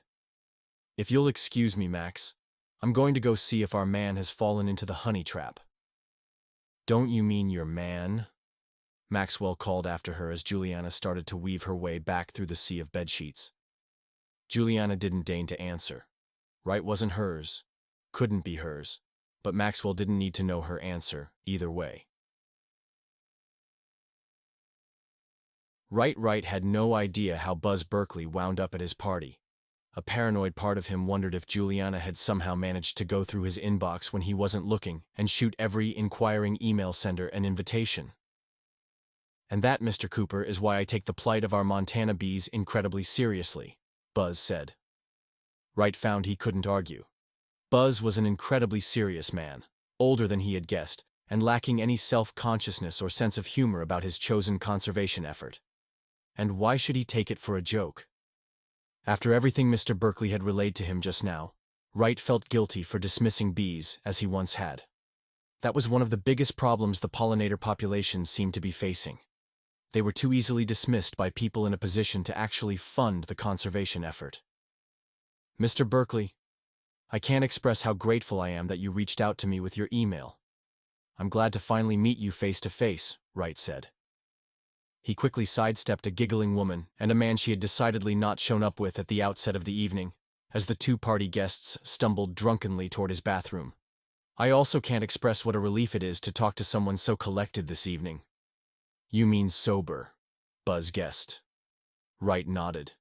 It was obvious to anyone with a pair of eyes that the drinking was fast outpacing any designs his guests may have had to eat. Speaking of sustenance, where the hell was it? He would look for Juliana to ask, but Buzz still held his attention. "I had heard you throw exceptional parties, Mr. Cooper, and I see that your reputation does you credit." "Call me Wright, please." Wright held his hand out to shake, this time as a man who considered himself closer than an acquaintance, and Buzz accepted with a steady hand. "Buzz, I'd like to make a commitment to you. Right here and now. I agree to raise $1 million in funding for incentives to grow Montana's bee population. What do you say to that?" "I'd say it sounds like a deal, Wright." "Right!" Juliana's voice erupted beside him, exactly aligning with Buzz's acceptance of his offer, and Wright turned in surprise. He could have sworn he had seen her talking with Maxwell, the only attendee not in a toga, all the way across the room only a second ago. "Right, Mr. Berkeley, I'm sorry to interrupt. I've heard so much about you. How wonderful to make your acquaintance. Juliana." Juliana quickly seized Buzz's other hand in introduction, which was easy to do, considering Buzz was the only one without a drink at their party. "Right, may I borrow you for a second?" "Lead the way," he invited. He was surprised again when Juliana took firm hold of his hand and dragged him out into the hallway. He had no idea where her sudden aggression stemmed from, but he liked it when she played rough. As soon as they were out of sight of the other party guests, Wright turned the tables on her and pushed her into a shadowy corner. "Now, mind if I take the lead?" he purred into her ear. "You're drunk," she accused him, although he didn't miss the light shiver she gave at his insistence. "Not any drunker than anyone else at this rager of a party." "Yes, you are drunker than everyone else." "Know how I know?" Juliana demanded. "Because nobody else would promise to raise $1 million for B-Guy." "Hey now." Wright retreated far enough to look at her. He missed the feel of her body pressed beneath his with only bedsheets between them, but it was a scenario he was confident he could recapture very soon. Buzz is an upstanding guy with a real mission and focus. He's the kind of guy that could really benefit from— The doorbell rang. "Food!" they both exclaimed in relief. "I'll go." Juliana turned. "By the way, 2 people went into the downstairs bathroom and haven't come out yet. You might want to check on that." Wright groaned. Tonight was going to be one hell of a party, and he was already paying for it in more ways than one. "Trust your instincts," he told himself as he passed down the hall to police his rooms. "Buzz isn't going to be a repeat of the campaign. You've got better sense now. What's more, you can't afford another screw-up of that magnitude." There were few things in life Wright Cooper couldn't afford, and he was determined to avoid another blow to his reputation at any cost. Juliana would come around to his way of thinking in time, if they all made it through this party in one piece. Chapter 12. Wright woke with morning wood, an equally throbbing hangover, and the culprit for both nowhere in sight. "Damn you, Juliana," he muttered as he turned over and flopped gracelessly out of the king-sized bed. His night hadn't ended with her in his arms, after all. In fact, if he recalled correctly, she had been the one to help him up the stairs and out of his toga, and that was it. No good-night kiss, no drunken, gleeful mounting to celebrate what had been he had no choice but to admit, successful party. The reasons for Wright's reluctance to admit she had pulled it off came to him as he half-tripped into the shower and wrenched the tap on. Cold water spewed down onto his naked back and nearly made him bolt out of his skin, but it forced almost every memory of yesterday evening to the surface. His guests had a good time, sure, but what had been accomplished in the grand scheme of things? "Suppose my reputation is 1 iota better than it was," Wright mumbled as he stepped back out of the shower and dried off. He wrapped the towel around his waist and headed downstairs. Juliana was sitting on a stool at the kitchen island when he entered. She glanced up from the issue of the New Yorker she was flipping through, all pristine presentation and innocent eyes. "You could have the grace to look a little hungover," Wright mentioned as he pulled open the fridge. He could feel those innocent eyes of hers taking in the sight of him in only a towel, and he let himself enjoy the sensation of her gaze lingering on him. It was the only enjoyable feeling available to him this morning, before coffee. "I'm a bit crunchy," she said, "but I'll be as good as new as soon as you make breakfast." "Now I'm making breakfast?" "It's my day off." She sat back triumphantly. Wright closed the fridge, determined to scramble every egg of the dozen Maxwell had just brought home from the farm stand down the road. "And seeing as I pulled off the party last night, I think you owe me." "No dishes?" Wright stared quizzically at the sink. "Just glasses? Did you get up early to bang them all out, or— You don't remember?" Juliana's eyebrows rose. "Wow. I knew you'd had a lot to drink when I helped you up to bed at the end of the night. But I didn't realize you had that much." "What do you mean?" Wright's stomach growled. He assessed the sound, wondering if he was as hungry as the human bottomless pit he felt he had become, or if it portended something worse. The memory of how much he had to drink was certainly trying to sour his appetite. "Well, there was no lack of booze," Juliana said. "But the food never arrived," Wright finished for her. He crossed his arms and watched as Juliana mirrored his posture defensively. Now he remembered. The ringing doorbell had just been another uninvited party guest. And then another. And another. "Did you get a refund?" "Of course." She looked offended by the suggestion that she hadn't. "And a gift certificate for next time if I promise not to blast them on Yelp." Spoken like a true New Yorker, Wright guessed. He didn't actually know many New Yorkers personally. "But Juliana, there's something I've been wanting to say." He regretted his stunt with the towel now. He tried to school his expression so she would know he was serious.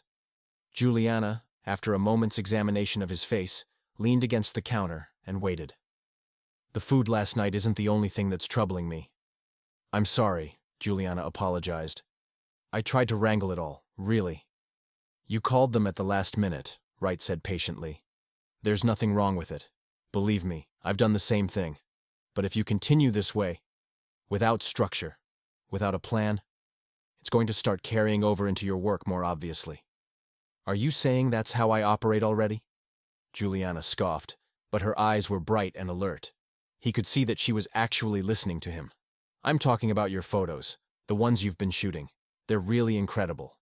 "The bee photos?" "The bee photos," Wright confirmed. You're getting out each day to hunt for inspiration, but you're not structuring your time in a productive way. Why don't you focus your attentions on those? It's clear to me what your muse is. It's the little details, the parts of nature that go unnoticed in our day-to-day, that you're drawing from. Anyone who looks at those pictures can't deny the incredible perspective. You've got bees on your brain after you let Buzz Berkeley seduce you, Juliana accused. Buzz is interested in seeing your work, Wright put in. She tapped her chin meditatively. All right. Even I can admit that something about all this, it seems almost serendipitous, doesn't it? That the same cause might be what carries us forward? I was thinking the same. Wright turned to the stovetop, grinning to himself, and lit a burner so he could start breakfast. Anyway, just my 2 cents. It was worth a lot more than that. Juliana came up behind him and wrapped her arms around his neck.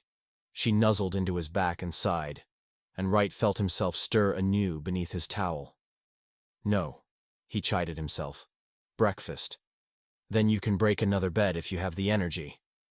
Since we're both being honest, I didn't want to trouble you this early, but...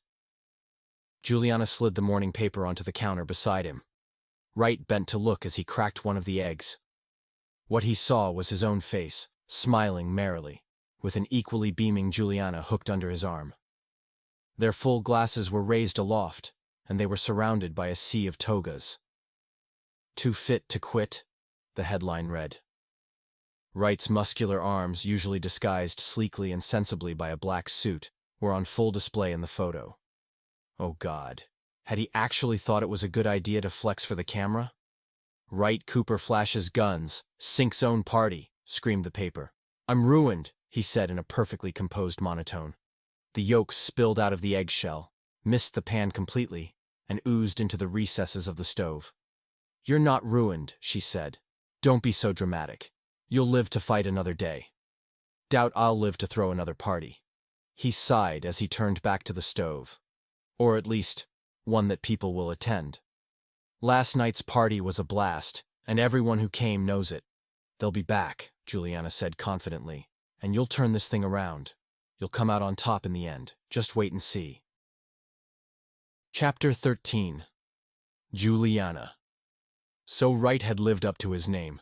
He had been right. And Juliana wasn't beyond admitting the fact. Her days were put to much better use now that she was scheduling her creative time better. It seemed counterintuitive to the process, to actually hammer out dates and times to feel inspired. But it was actually working out way better than she had hoped. When she wasn't out hiking to new locations or agonizing over the framing of her photos, she was losing herself in her research into bees. Who would have thought the little nuisances she used to dismiss with a wave of her hand were so vital to everything? Juliana had understood their importance in the ecosystem, of course, but she hadn't realized the place they inhabited was absolutely indispensable to all life. Without bees, humanity and everything else was in for a world of hurt. Literally. Without bees, there would be no world as they knew it. Suddenly, Buzz Berkeley's fascination and drive were much easier to understand. "You'll be happy to hear I'm seeing Montana in a whole new light," she said to Wright, as they commenced the day's nature walk. When he didn't respond immediately to this claim, she turned to see what was distracting him, and found him examining her old beater camera. Juliana felt a swell of pride watching him fiddle with it as they hiked. She had never taken him for the type to be interested before. It was part of the reason why she had never thought this thing between them could work. Now she was starting to see just how wrong she had been. About everything. "Yeah?" Wright finally glanced up when he realized an answer was required of him. A lazy smile slowly began to creep up one corner of his face. "Don't tell me I had something to do with it?" Juliana glanced away, as if something interesting in the tree canopy above them had just drawn her notice. "A ruggedly handsome guy like you? Montana's #1 fanboy? Nah." She was rewarded when he chuckled at this. "No, Wright. I was thinking on more of a macro level. The beauty of this natural landscape all around us in big, brilliantly bold abstracts, paired with a blurry background and a perfectly imaged fuzzy bee body. You know, I'd say you were pulling my leg if I hadn't seen it myself," he replied. "You spending hours upon hours researching, throwing yourself into a cause you scoffed at weeks ago. It's damn admirable. Well, it's important. I can admit when I've been wrong." Juliana paused walking and turned to him. She raised an eyebrow. "I found my inspiration where I least expected it, and I'm going with it. What about you? You're the one who committed to raising $1 million for Buzz Berkeley." Wright shrugged. As only a billionaire could, Juliana thought, on the subject of a mere million. "I get the project's importance to him. I even get why it's inspiring. I know that may come as a surprise to you. You think I'm obtuse when it comes to things like that. Creativity, art, the little things to be found in the natural world. The minutiae, the minor details. I know you think I overlook it in favor of the broader picture." "I don't know what I think about you anymore," Juliana admitted as she propped herself against a tree to scrutinize him. "Really, Wright. For so long, I thought I had you all figured out. Most days you don't surprise me," she was quick to say. Wright snorted again. "I think fundamentally people don't change that much. And I can't imagine that after all the time we spent together in our youth, I didn't have at least a somewhat accurate picture of who you were. But now, for instance," she insisted, as he set his bag down to draw out his water bottle. "Hearing you talk like that about Buzz's project, it almost sounds like you don't care what cause you support, so long as it's a cause." "I've committed fundraising for Buzz because the guy's passionate," Wright replied. "And he obviously believes in the importance of what he's doing." He took a long pull from his water bottle, then held it out to Juliana. She held up a hand to decline. She didn't want to be distracted from what he was saying. "But I'll leave it to Buzz to save the bees. Right now what I need is a win, Juliana. I have to prove that I'm not cancer to any future campaigns that will have me." "You don't need a win, right?" she exclaimed. She could hardly believe what she was hearing. Could Wright even hear himself? His words would sound defeatist if he wasn't so clearly focused on what was, as yet, an intangible prize. "You need something to believe in, something to stir you up. That's when people like you and me do our best work. So now we're alike, you and I?" The irony in his tone didn't escape her. Juliana watched as he bent to repack his bag and tried to ignore the indignance stirring inside her. It was so frustrating to hear Wright talk this way. "Yes, we are," she said finally, firmly. "Hell, I'll just go ahead and admit it. There are a lot of things you're better at than me. Your drive, your follow-through. You're unlike anyone I've ever met, Wright Cooper. You get things done. You're a natural-born leader, a winner," she insisted, when he shook his head in disbelief at her words and headed off down the trail. Juliana detached from the tree to saunter after him. "I'm serious. You can't let one failed political campaign drag you down. You're worth so much more than that." "Juliana." Wright stopped unexpectedly and turned, and Juliana bowled into him before she could stop herself. He put out his hands to stabilize her. Their eyes met, and she sucked in a surprised breath. Then, seemingly without thinking, he pulled her in against him. The beater camera he wore on a strap around his neck dug into her ribs, but she barely noticed the minor discomfort. Her hands ran up his sturdy biceps, clutching them through the fabric of his shirt, marveling that they had once more found themselves together in the woods of their youth. His kiss overpowered every sense that governed her. Before Juliana knew what she was doing, she was already yanking his shirt up and over his shoulders and dropping his camera to the ground. Wright lifted his arms to give her better access to his flexed torso. He didn't need to say a thing to let her know how fully on board he was with this latest outdoor tryst. And no stopping with just a kiss this time, Juliana thought as she sent his shirt sailing up over the low branch of a tree. Sorry, readers. Once again, here's where we fade to black due to YouTube explicit content guidelines. If you dream for the steam, you'll need to take a look in the book, available from all major retailers. Afterward, they gasped and fell against the tree together. Juliana could already feel the beads of sweat that had broken out on her body evaporating in the afternoon heat. Thanks, Wright said quietly as he brushed a damp lock of hair from her eyes. You had no idea how much I needed that and to hear what you said. Juliana just hoped he listened. Chapter 14. Wright spent the rest of the week on Cloud 9. He didn't think he could get any higher.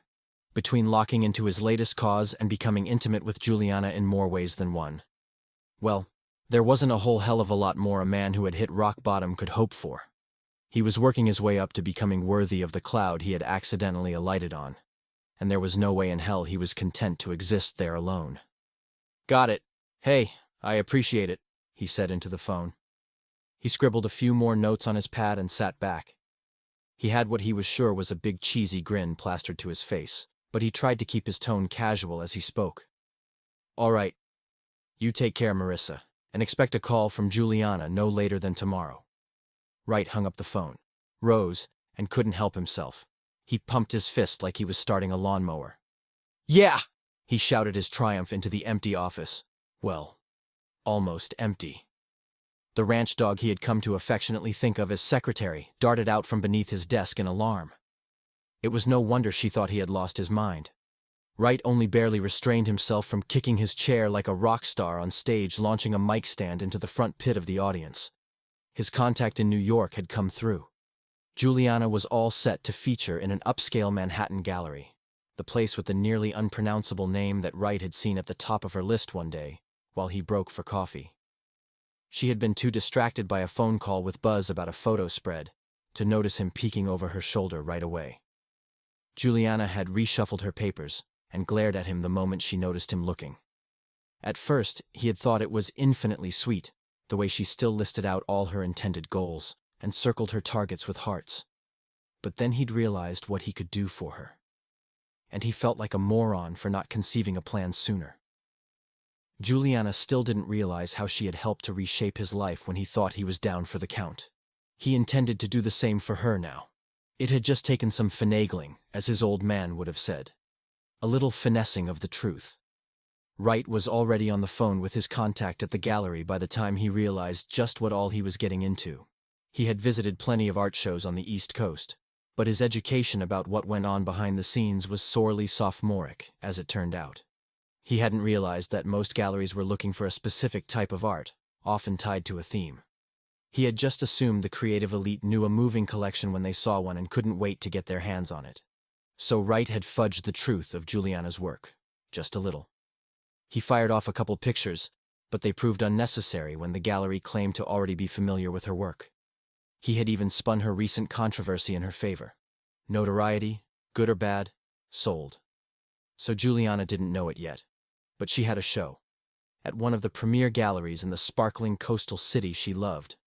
Sure, she might have to tweak some of her pieces a bit, render a few modifications here and there to make her vision fit, but she was back on track and moving up. Now, he just had to notify her of her pending success. Wright found her in the kitchen, posted in her usual chair with an open laptop and scattered file folders.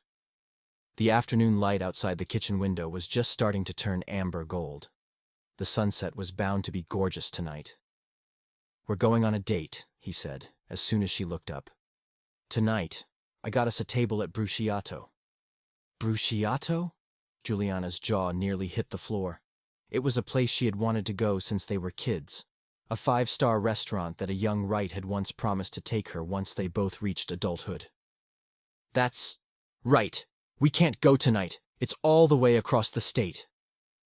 "Billings," he agreed. He swung his pickup keys around his finger. "You think you're driving us?" Juliana exclaimed. "You really have lost your mind."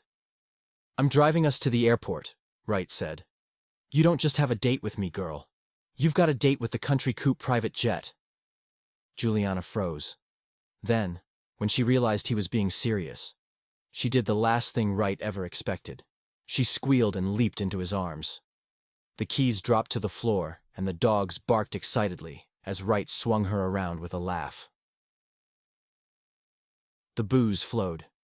It was the toga party all over again. Sans togas and sans any need to behave around any important guests. "I want to come over there and sit in your lap," Juliana said, with an uncharacteristically bubbly giggle. Beneath the table at the center of Brusciato's Art Deco dining room, Wright felt her foot wander up his leg toward his thigh. She had kicked her heels off half a bottle of wine ago, and there was no end to the teasing she subjected him to just out of sight of the waiter. Wright was half erect and desperate to get her back to the hotel, or even to the jet, whichever was closer. "Why don't you tell me your news first?" Wright suggested. That was the other thing Juliana had been teasing him with. She had received a call on the flight over, and had conducted herself with incredible secrecy since. "Oh, just a little something I managed to pull together," Juliana said offhand. The probing foot slipped from his leg as she sat back with a smug look to accompany her expensive glass of wine. God, she looked gorgeous when she got haughty like that. It had been so long since Wright saw her confidence really shine through like it did tonight, and matters were only going to get better once he sprung his news on her. But he waited his turn. Here in Billings, actually. "You pulled something together in Billings?" Juliana nodded. The big local gallery was looking for their next show. Obviously, they're a lot smaller than any of the places I'm used to showing my work in New York. But it's something. She grinned. More than something. It means I'll be sticking around here in Montana for a bit. But you hate Montana, right? Wright grinned. So I've got something even better for you than that. I've got news of my own. Juliana's eyelashes fluttered as she blinked in confusion. Better than... Wright? What did you do? Don't make me say the name, but something tells me you'll recognize this place. Wright pulled the pamphlet he'd printed out that morning from the inner pocket of his suit and tossed it down gently between them. Écureuil. Juliana pronounced the name with a perfect French accent as she flipped over the pamphlet. What? Wright, is this a joke? I told them about all your back-breaking work taking pictures of the local Montana wildflowers. They can't wait to see more of your stuff and present it at their spring opening. Wildflowers? Juliana's eyebrows pulled together. You mean coupled with the bees, right? Those are my real subject. Wright laughed. But you never intended for them to be, right? You just sort of stumbled upon your theme by accident. I forwarded them a few of your meadow pictures. I took like 2 pictures of flower fields, Juliana said. And you... Wait, what do you mean you already forwarded them? I didn't even have time to retouch those, Wright. Apparently they didn't need retouching. Wright half shrugged, aware that his smile was boyish in the moment. Evidently, what it wasn't was infectious. Juliana sat across from him, her dessert forgotten, completely rigid. He wasn't so many drinks deep that he couldn't read his audience. Wright's smile faltered, and he set his glass aside. He leaned forward and laced his hands on the table. Juliana? You have to tell me what I'm doing wrong here. I thought you wanted to be featured in this gallery more than anything. Her stricken expression wasn't going away. She looked petrified, but not with fear. It looked like... God. It looked like she was about to erupt. You got in entirely on your own merit, Wright said quickly. All you have to do is fudge your photos a bit. That's what photographers do, right? Make things look better than real life? If you Photoshop out the bees, you can deliver exactly what this gallery is hoping to. You completely misrepresented my art, Juliana exploded. She threw her napkin down and stood so quickly that her chair shot out behind her. Wright came out of his chair too, afraid that the quaking table was going to deposit either his drink or dessert directly into his lap. The bees are important to me, Wright. They've become more than just an accidental subject. They're my inspiration. They're bees, Juliana, he emphasized. I don't see what all the fuss is about. Well, you should. She shot him an accusatory look. You're the one who promised to help fund Buzz Berkeley. I can see now that you don't take any of these conservation efforts at all seriously, even after our talk the other day. Her scrunched, frustrated face relaxed in confusion once more. And there was something else. There was resignation there, which Wright thought 10 times worse than any fit of rage she could throw his way. This is still about politics, isn't it? About future campaigns. This is just a means to an end for you. The end is Montana, Juliana, Wright said with conviction. And that's enough for me. Buzz Berkeley is a stepping stone. I'm sure he'd love to hear himself described that way. And the show in New York is your stepping stone. You need to start looking at the bigger picture. Wright lowered his voice when he noticed the other table's occupants staring, and so did Juliana. They both sat down as their extremely hassled-looking waiter returned and placed the check down on the table with no uncertain motivation. Clearly, we still look at things differently, Juliana replied. Even after all that time spent together at the ranch house, after all those walks. She sighed heavily. Then, she snatched the check before Wright could take hold of it. She snapped the leather sleeve closed over her card. They decided to split the check. Chapter 15. Juliana. "I can't believe we're at a bee convention," Juliana remarked to Wright.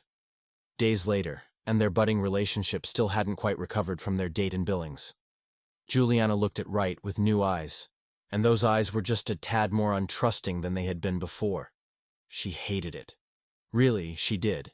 She liked to think that Wright had been an honest man before the dirty Montana politicians got their money-grubbing hands on him, but side-eyeing him now, she wasn't certain. That dark sweep of hair, that chiseled profile, those innocent glasses that always seemed to drop down his perfect angular nose in the most endearing way. Maybe it really was all a front. Maybe Wright was the type to forward an unsuspecting artist's work with a homespun pitch that, really, at the end of the day, was just an outright lie. But they were giving it another shot. They hadn't acknowledged his overreach since that night, and Juliana was determined to see this day through, even if she couldn't get over the fact that they were at a bee convention. "What?" Wright stooped to whisper in her ear so they didn't risk being overheard. "You're the #1 bee fangirl these days, aren't you?" "Can it," Juliana said and pushed his face away with a good-humored grimace. "I'm newly converted. I just didn't know they held conventions for this sort of thing." Wright whistled as he glanced around. They were in the Missoula Convention Center, surrounded on all sides by yellow and black striped banners, balloons shaped like hovering bees, and what felt like miles of tables of people vending everything from flowers to homemade soap to fresh honeycomb. The air seemed permanently sweet-scented and properly abuzz with gossip and bee enthusiasts exchanging the latest information. "Well," Juliana threaded his arm through his. "Shall we?" She tried not to think about the simple intimacy of holding Wright's arm as they pressed close to one another and strolled. After several nights of falling asleep in an otherwise empty bed, she had sought out Wright on the other side of the house and crawled in with him. Almost an hour-long marathon of glorious makeup sex later, and they were back together. Tentatively. Not that they had been together officially before, and not that Juliana had broken things off with him after his écureuil reveal. She had reached out to the gallery at Wright's urging, and now awaited a response back from them. She was willing to see where this thing went. If they chose her and she had to compromise her vision for her work to be displayed, was it really so bad? Yes, her creative instinct told her. It would be the death of you. "I'm going to go find the restroom," Juliana said. She slipped her arm free from Wright and moved off before he could volunteer to go with her. Maybe it was better to put some distance between them again. She was getting so used to being by his side that the few days they had taken off from one another now felt like a torturous eternity she never wanted to repeat again. Not good. So she forced a separation. She needed to know that she could still function on her own without him. Certainly he made it hard to think clearly, always injecting his narrow-focused life philosophy on her. She found the restroom, sipped some water from the drinking fountain, then took her time wandering the stalls. She paused before a booth selling paintings of various Montana sunsets. "These are gorgeous," she enthused as she plucked one up, admiring the tangerine-pink ombre of the sky. "Are you the artist?" The blonde woman behind the table nodded. She had a dour face and sad, sunken eyes, but Juliana would look that way too, she thought, if so few people had been visiting her own table. "Do you take credit cards?" she asked. The woman nodded again. She tried to convince herself that she really couldn't live without the painting, and that she wasn't doing this out of pity as she dug around in her purse for her wallet. "I'm an artist too," she confided, "in New York City. Freelance photography." It was like the woman's glacial visage melted, then, to unearth the living, breathing human being, and someone Juliana really could believe was the artist, underneath. "Oh, that's wonderful! I'm Leah." The woman held out her hand to shake before she would accept Juliana's card. Her handshake was forceful, almost a little desperate. "It's so amazing to meet another artist. Seriously, I came out here 10 years ago and it's been, well, hellish is maybe too strong a word." The woman gave a laugh without much mirth in it. "I mean, I'm a mother now, a soccer mom, and don't get me wrong, I love every aspect of my life, but—" "Your art has been sidelined a bit?" Juliana guessed. "Pardon the soccer metaphor." The woman nodded. "It's been hard. I find this part of the country so inspiring. But to really go somewhere with it. Oh, but listen to me blather on. I'm preaching to the choir, aren't I? She chuckled as she swiped Juliana's card. You're from New York. You know what a real thriving art community is like. Here, hun, I gave you a discount. Artist to artist. You didn't have to do that. Juliana blushed and signed sheepishly. She was sure to exchange business cards with the woman before departing the table. She didn't know why she felt like a liar. Nothing she had said to her was untruthful. It even said New York on her card. Still, she suddenly felt like she had misrepresented herself. Like she was a massive fraud. It was the dinner date all over again. Wright. Juliana, there you are! Wright felt a flood of relief wash over him when he saw the familiar lithe figure weaving through the crowd. He motioned her over to join in his conversation. He had just made surprise contact with a wealthy friend of his father's, and he was eager to keep the ball rolling. This was his first time representing Buzz Berkeley's interests in public, and he could do with some friendly backup. Juliana, this is Frank Bounty. He was a friend of my father's. Frank, this is Juliana, my girlfriend. Juliana smiled sweetly and shook Frank's hand. How do you do? Wright was floored by her self-introduction, but there was little time to muse on her chosen word, much less question her on it. Still, girlfriend. It knocked around in his head and woke the butterflies in his stomach. After their failed dinner date in Billings, he hadn't dared hope. Juliana. He cleared his throat when he realized he had paused for too long. I was just telling Frank and his wife, Jenny, about the overlook near the ranch. He showed us your photos, Jenny gushed. You really have a remarkable eye, Juliana. You really do, Frank said. You're a real artist. Wright told us you came all the way home from New York to find your inspiration here in Montana. You've got a real knack for this sort of thing. Oh, it wasn't all me. Juliana blushed. Really, Mr. Bounty, I can't take too much credit. Montana is home to a lot of natural treasures that people on the East Coast live without.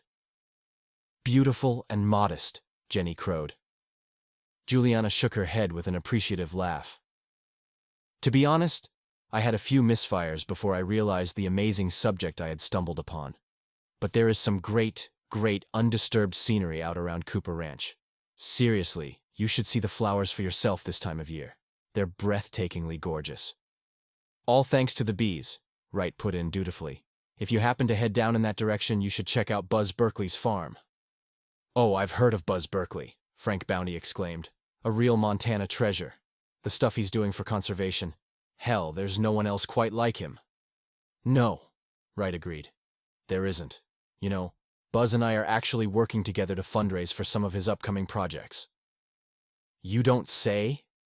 Frank leaned in, and his interest was clear. Wright had an opening, and he was going to take it. He caught Juliana's eye over Frank's shoulder, and she nodded.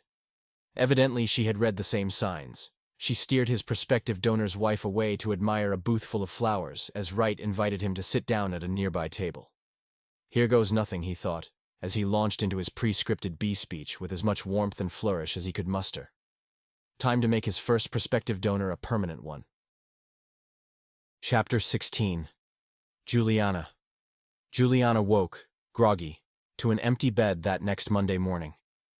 It wasn't just the realization that it was Monday that was getting her down. A storm had blown in over the Montana hills the previous night, swallowing any hope of a pleasant sunset, blackening the blue evening sky and blotting out all her childhood stars.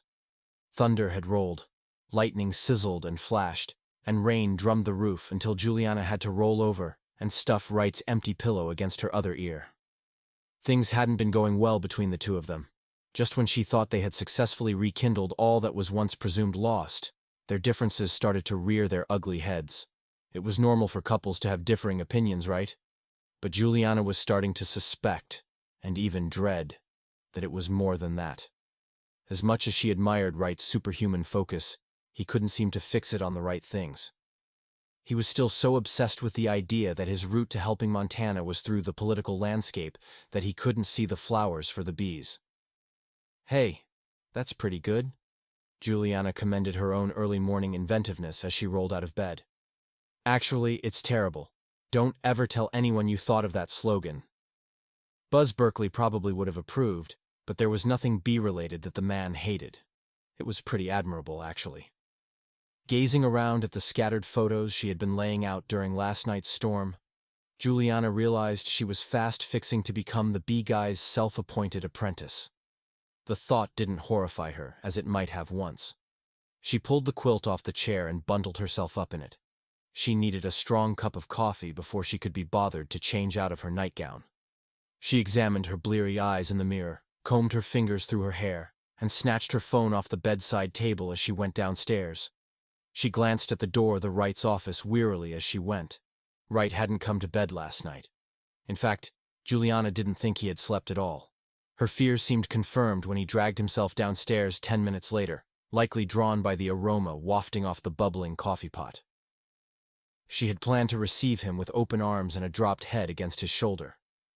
Maybe even an apology for the tension recently, and an invitation to go hike sans cameras. But that had been before she opened her email inbox. Right.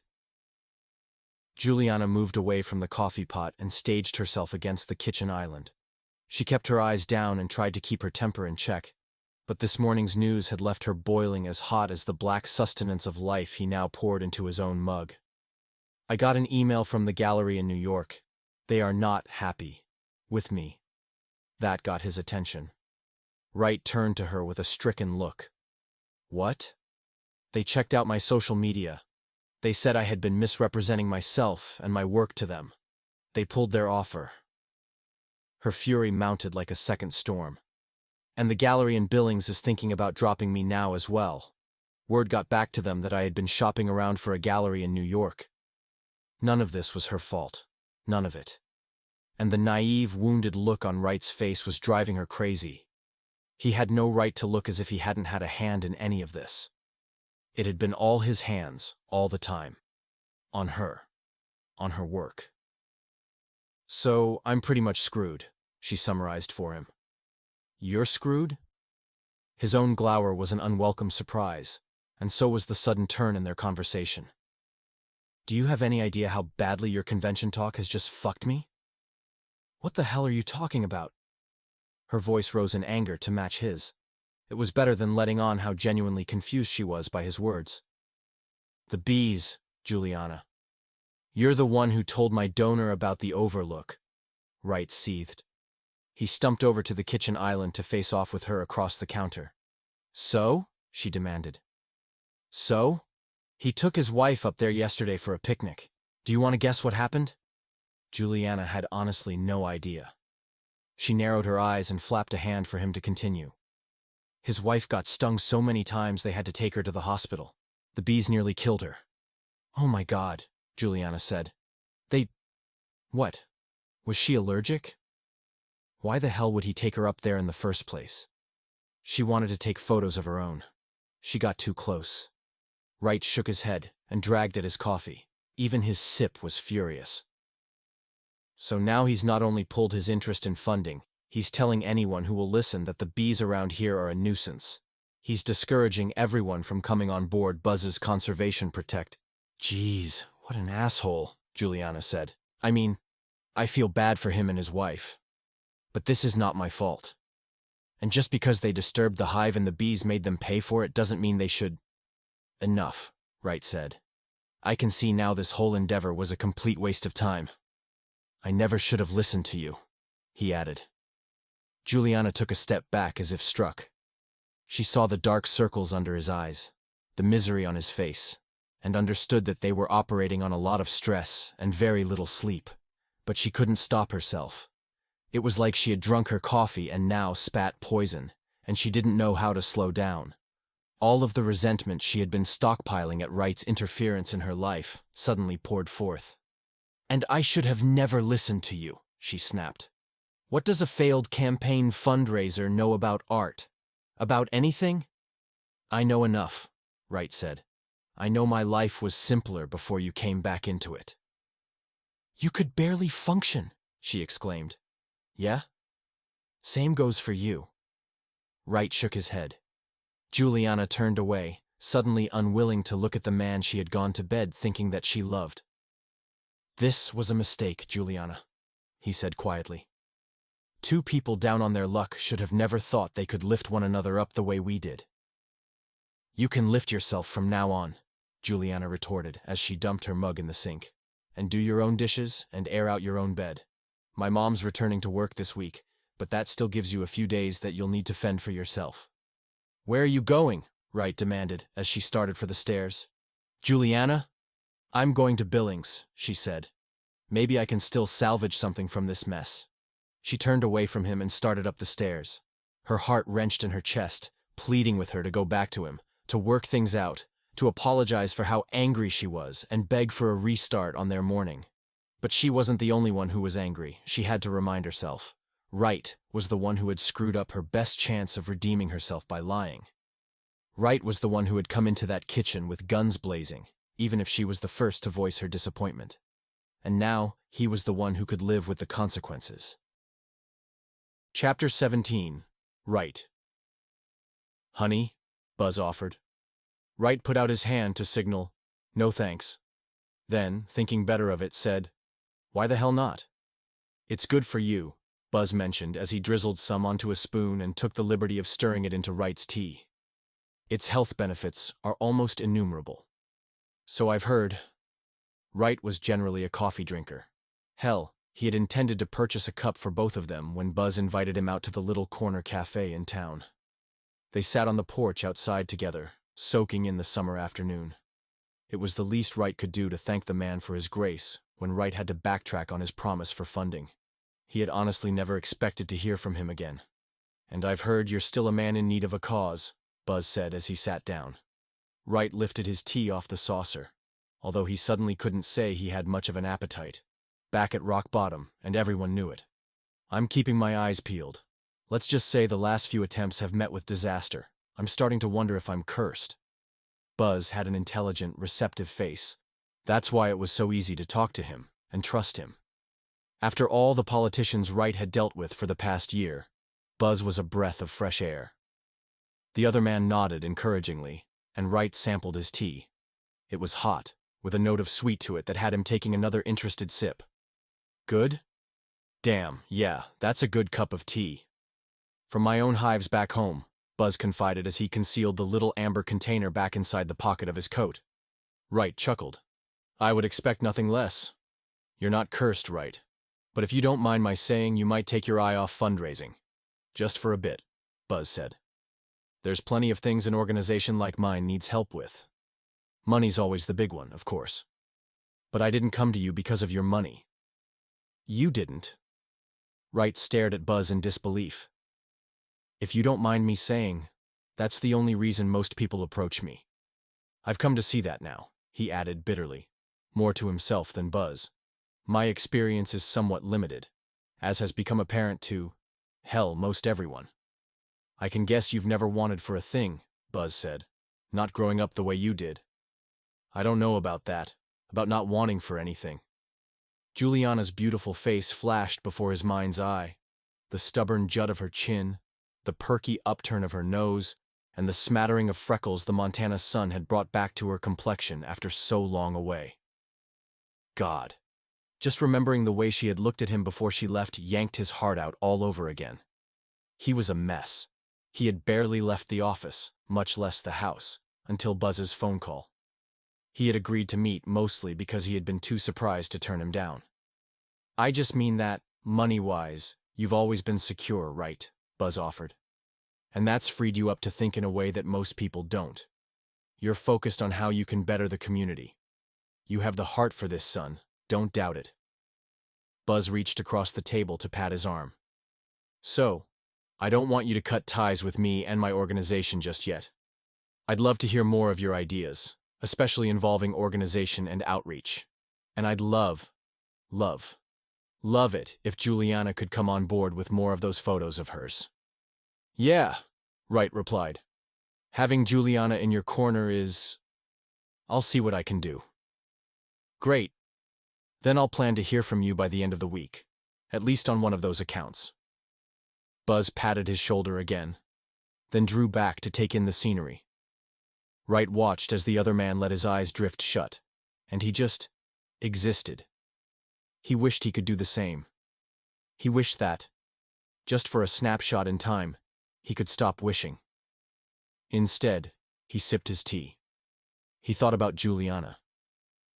When he arrived back home, he wandered into the bedroom they had shared. Now he saw evidence of her everywhere. In the toothbrush still sitting in the cup on the sink, in the fine dark hairs he still found, despite her insistence that she wash everything before she go. There was one of her folders, too, sitting undisturbed on the thick, comfortable chair in the corner. Wright had asked Andrea to return them to her the next time she saw her. He claimed he was too busy with work. Now that was worth a snort. Wright pulled the folder into his lap and sat down. Seeing as it wasn't labeled top secret or anything, he figured there wasn't any harm in taking a look. Besides, he missed Juliana something fierce, and no amount of walks out in nature seemed to bring him closer to her. To think that, for once, they were in the same state, and he still couldn't see her.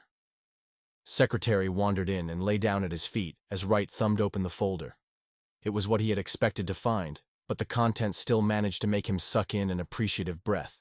The folder was filled with Juliana's photos in their full, glossy glory.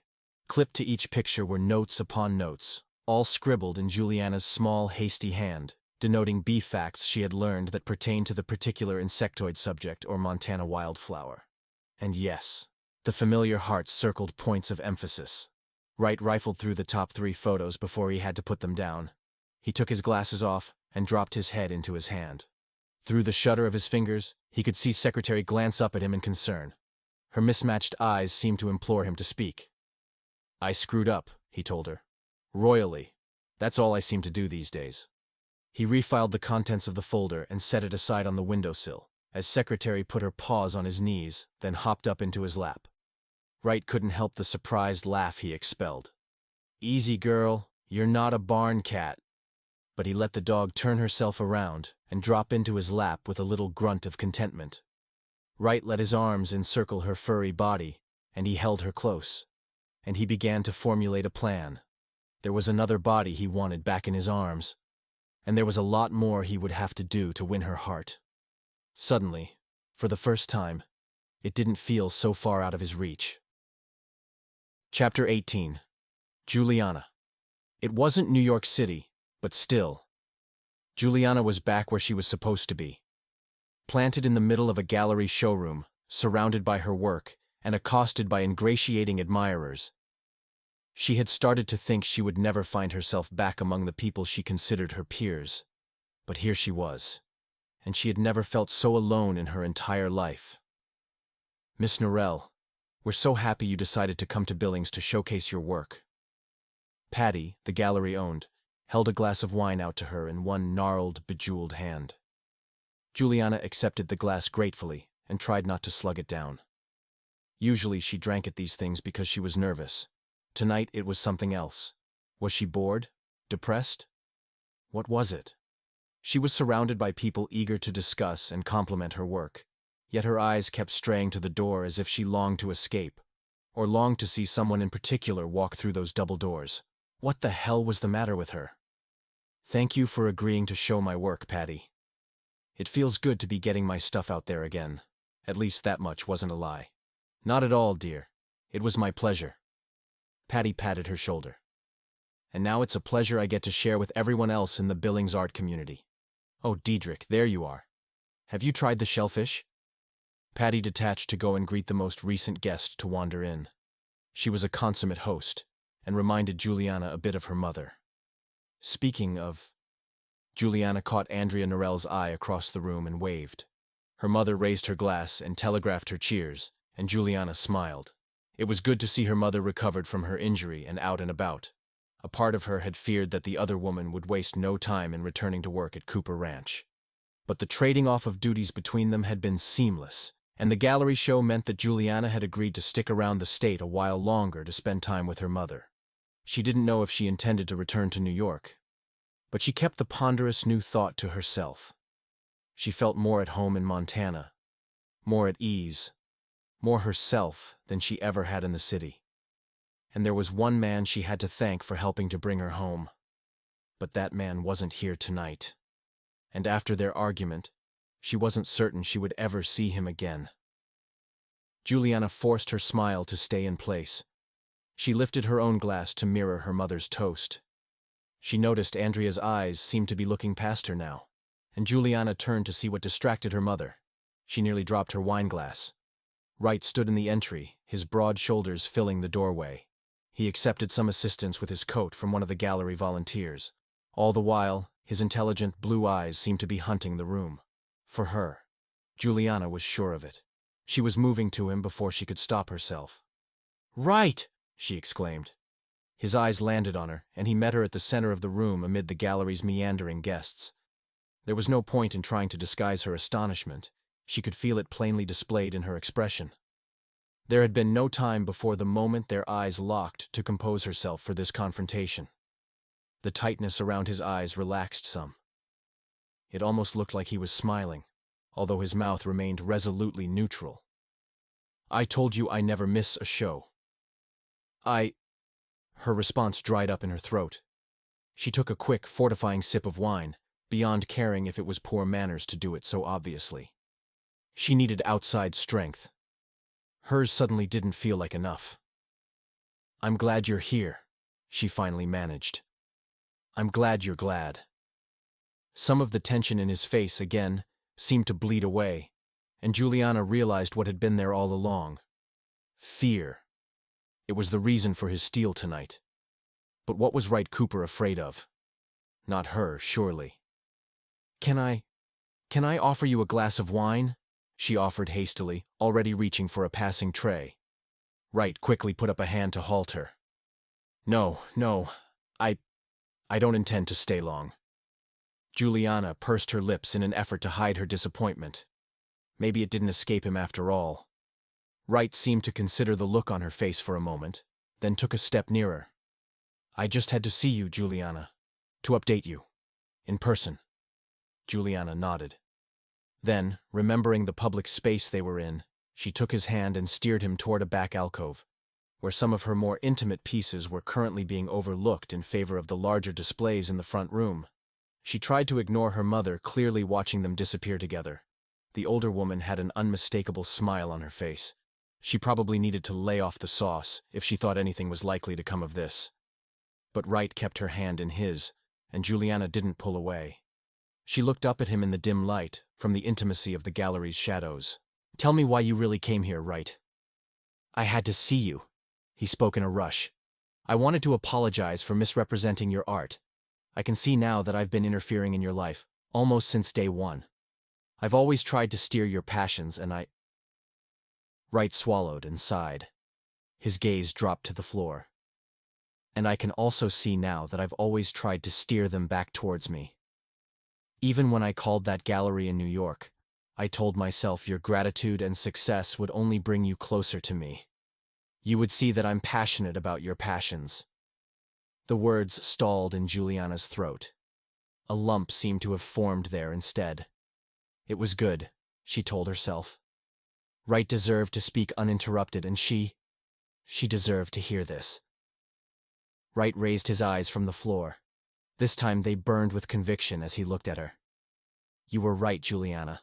About everything. About me. About the bees." "I thought that was over," she said, not sure what exactly she referred to. "So did I." Wright now clasped her hand between both of his own. "But I thought outside the box. I mobilized the soccer moms." Soccer moms. Juliana couldn't disguise the confused delight in her laughter. "What are you talking about?" "They're a force, Juliana. They all got together to sell neonicotinoid-free pesticides and help with the fundraising effort, on a platform that puts the health of Montana's kids first. And they've helped me network with local businesses, like nurseries and florists, to host creative events for the public." Right. Juliana could feel tears pricking the corners of her eyes at his display of enthusiasm. "I'm so proud of you. You seem so happy." "I am happy now," he agreed, "because I've realized what's important, and because I'm with you." He clenched her hands, and his eyes pierced hers. Juliana, please, don't go. I know it's selfish of me to ask, but I need you. Here. With me. If this is where you want to be. I've been thinking about it more, she admitted, trying to keep the tremble of her heart out of her voice. And I've come to the realization that I can't pursue everything I love if I were to live anywhere else but here. Everything? Wright breathed a quiet echo of her words.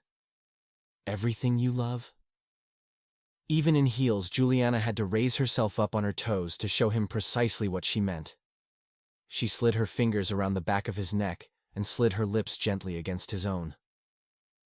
I love you, Wright, she said into their kiss. I've always loved you. Only you. Juliana. He groaned her name, and it was better than any confession he could have given. His arms found her waist as he drew her into a deepening kiss. Juliana breathed him in, and he smelled like everything she loved. He smelled like Montana. The wine glass slipped from her hand and tumbled to the floor. Epilogue. Wright. All his life, Wright Cooper had been a billionaire. He never guessed that feeling like $1 million would come later, and that it was a sum he would prefer. There were few things that had ever felt as good as signing that $1 million check and handing it over to the bee people. But after Juliana's return to Montana, Wright had been chaining one good thing after another, and today was no exception. He leaned against the wall at the back of the bookstore, smiling, as Juliana thumbed over to the next page in her children's book. The kindergartners spread out on the rug around her, leaned in for a closer look at the picture splashed across the page. A big, fuzzy yellow bee occupied the center of a gorgeous yellow arrowleaf balsamroot flower. Once the bee has finished collecting pollen, it carries it back to the hive. After all her research, Juliana had been inspired to create something children could learn from and enjoy. Watching her interact with the tiny members of her audience now filled Wright with an affection so intense, it was breathtaking. Seeing the woman he loved smiling and laughing with complete happiness was almost enough to complete his own. Almost. Because there was more he wanted, suddenly, keenly. Another break in the story, and Juliana glanced his way as she turned the page. It was as if Wright had transmitted his deepest feelings to her in that moment. There was a look of discovery in her eyes. She almost looked at him in awe. Are you seeing this? Are you experiencing this too? Her quick glance seemed to pepper him with questions he could not, for the moment, answer out loud. Wright just smiled, ducked his head in what might have been a nod of assent, and took his glasses off to clean them. In the course of publishing her book, Juliana had made a new discovery about herself. She adored kids. And seeing her surrounded by them made his stomach flip and his heart expand in his chest. He couldn't help remembering his brother Maxwell describe something similar upon hearing the news that he was to be a father. But he couldn't think ahead that far. Not yet. For Wright's part, he had been approached by more political campaigns, but he had politely declined every offer to assist in them. Juliana had been right. He enjoyed his work in the nonprofit sector too much to let it go, and he had been right in asserting that her deeply held love for Montana would bring her home and bring her back to him. Together, they were carving out a life for themselves. There was no one else he would rather build a future with. He replaced his glasses, met Juliana's eyes again. She grinned as she resumed reading. Wright, at least, knew what the immediate future held. He would drive Juliana back to the ranch house after her first book signing. He would open a bottle of champagne to celebrate the occasion. He would get her loosened up, maybe fire up the jacuzzi on the back porch behind the house. He would immerse himself in the roiling water, draw up alongside her naked body, and massage the day's worries away until she sagged against him in relaxed, blissful surrender.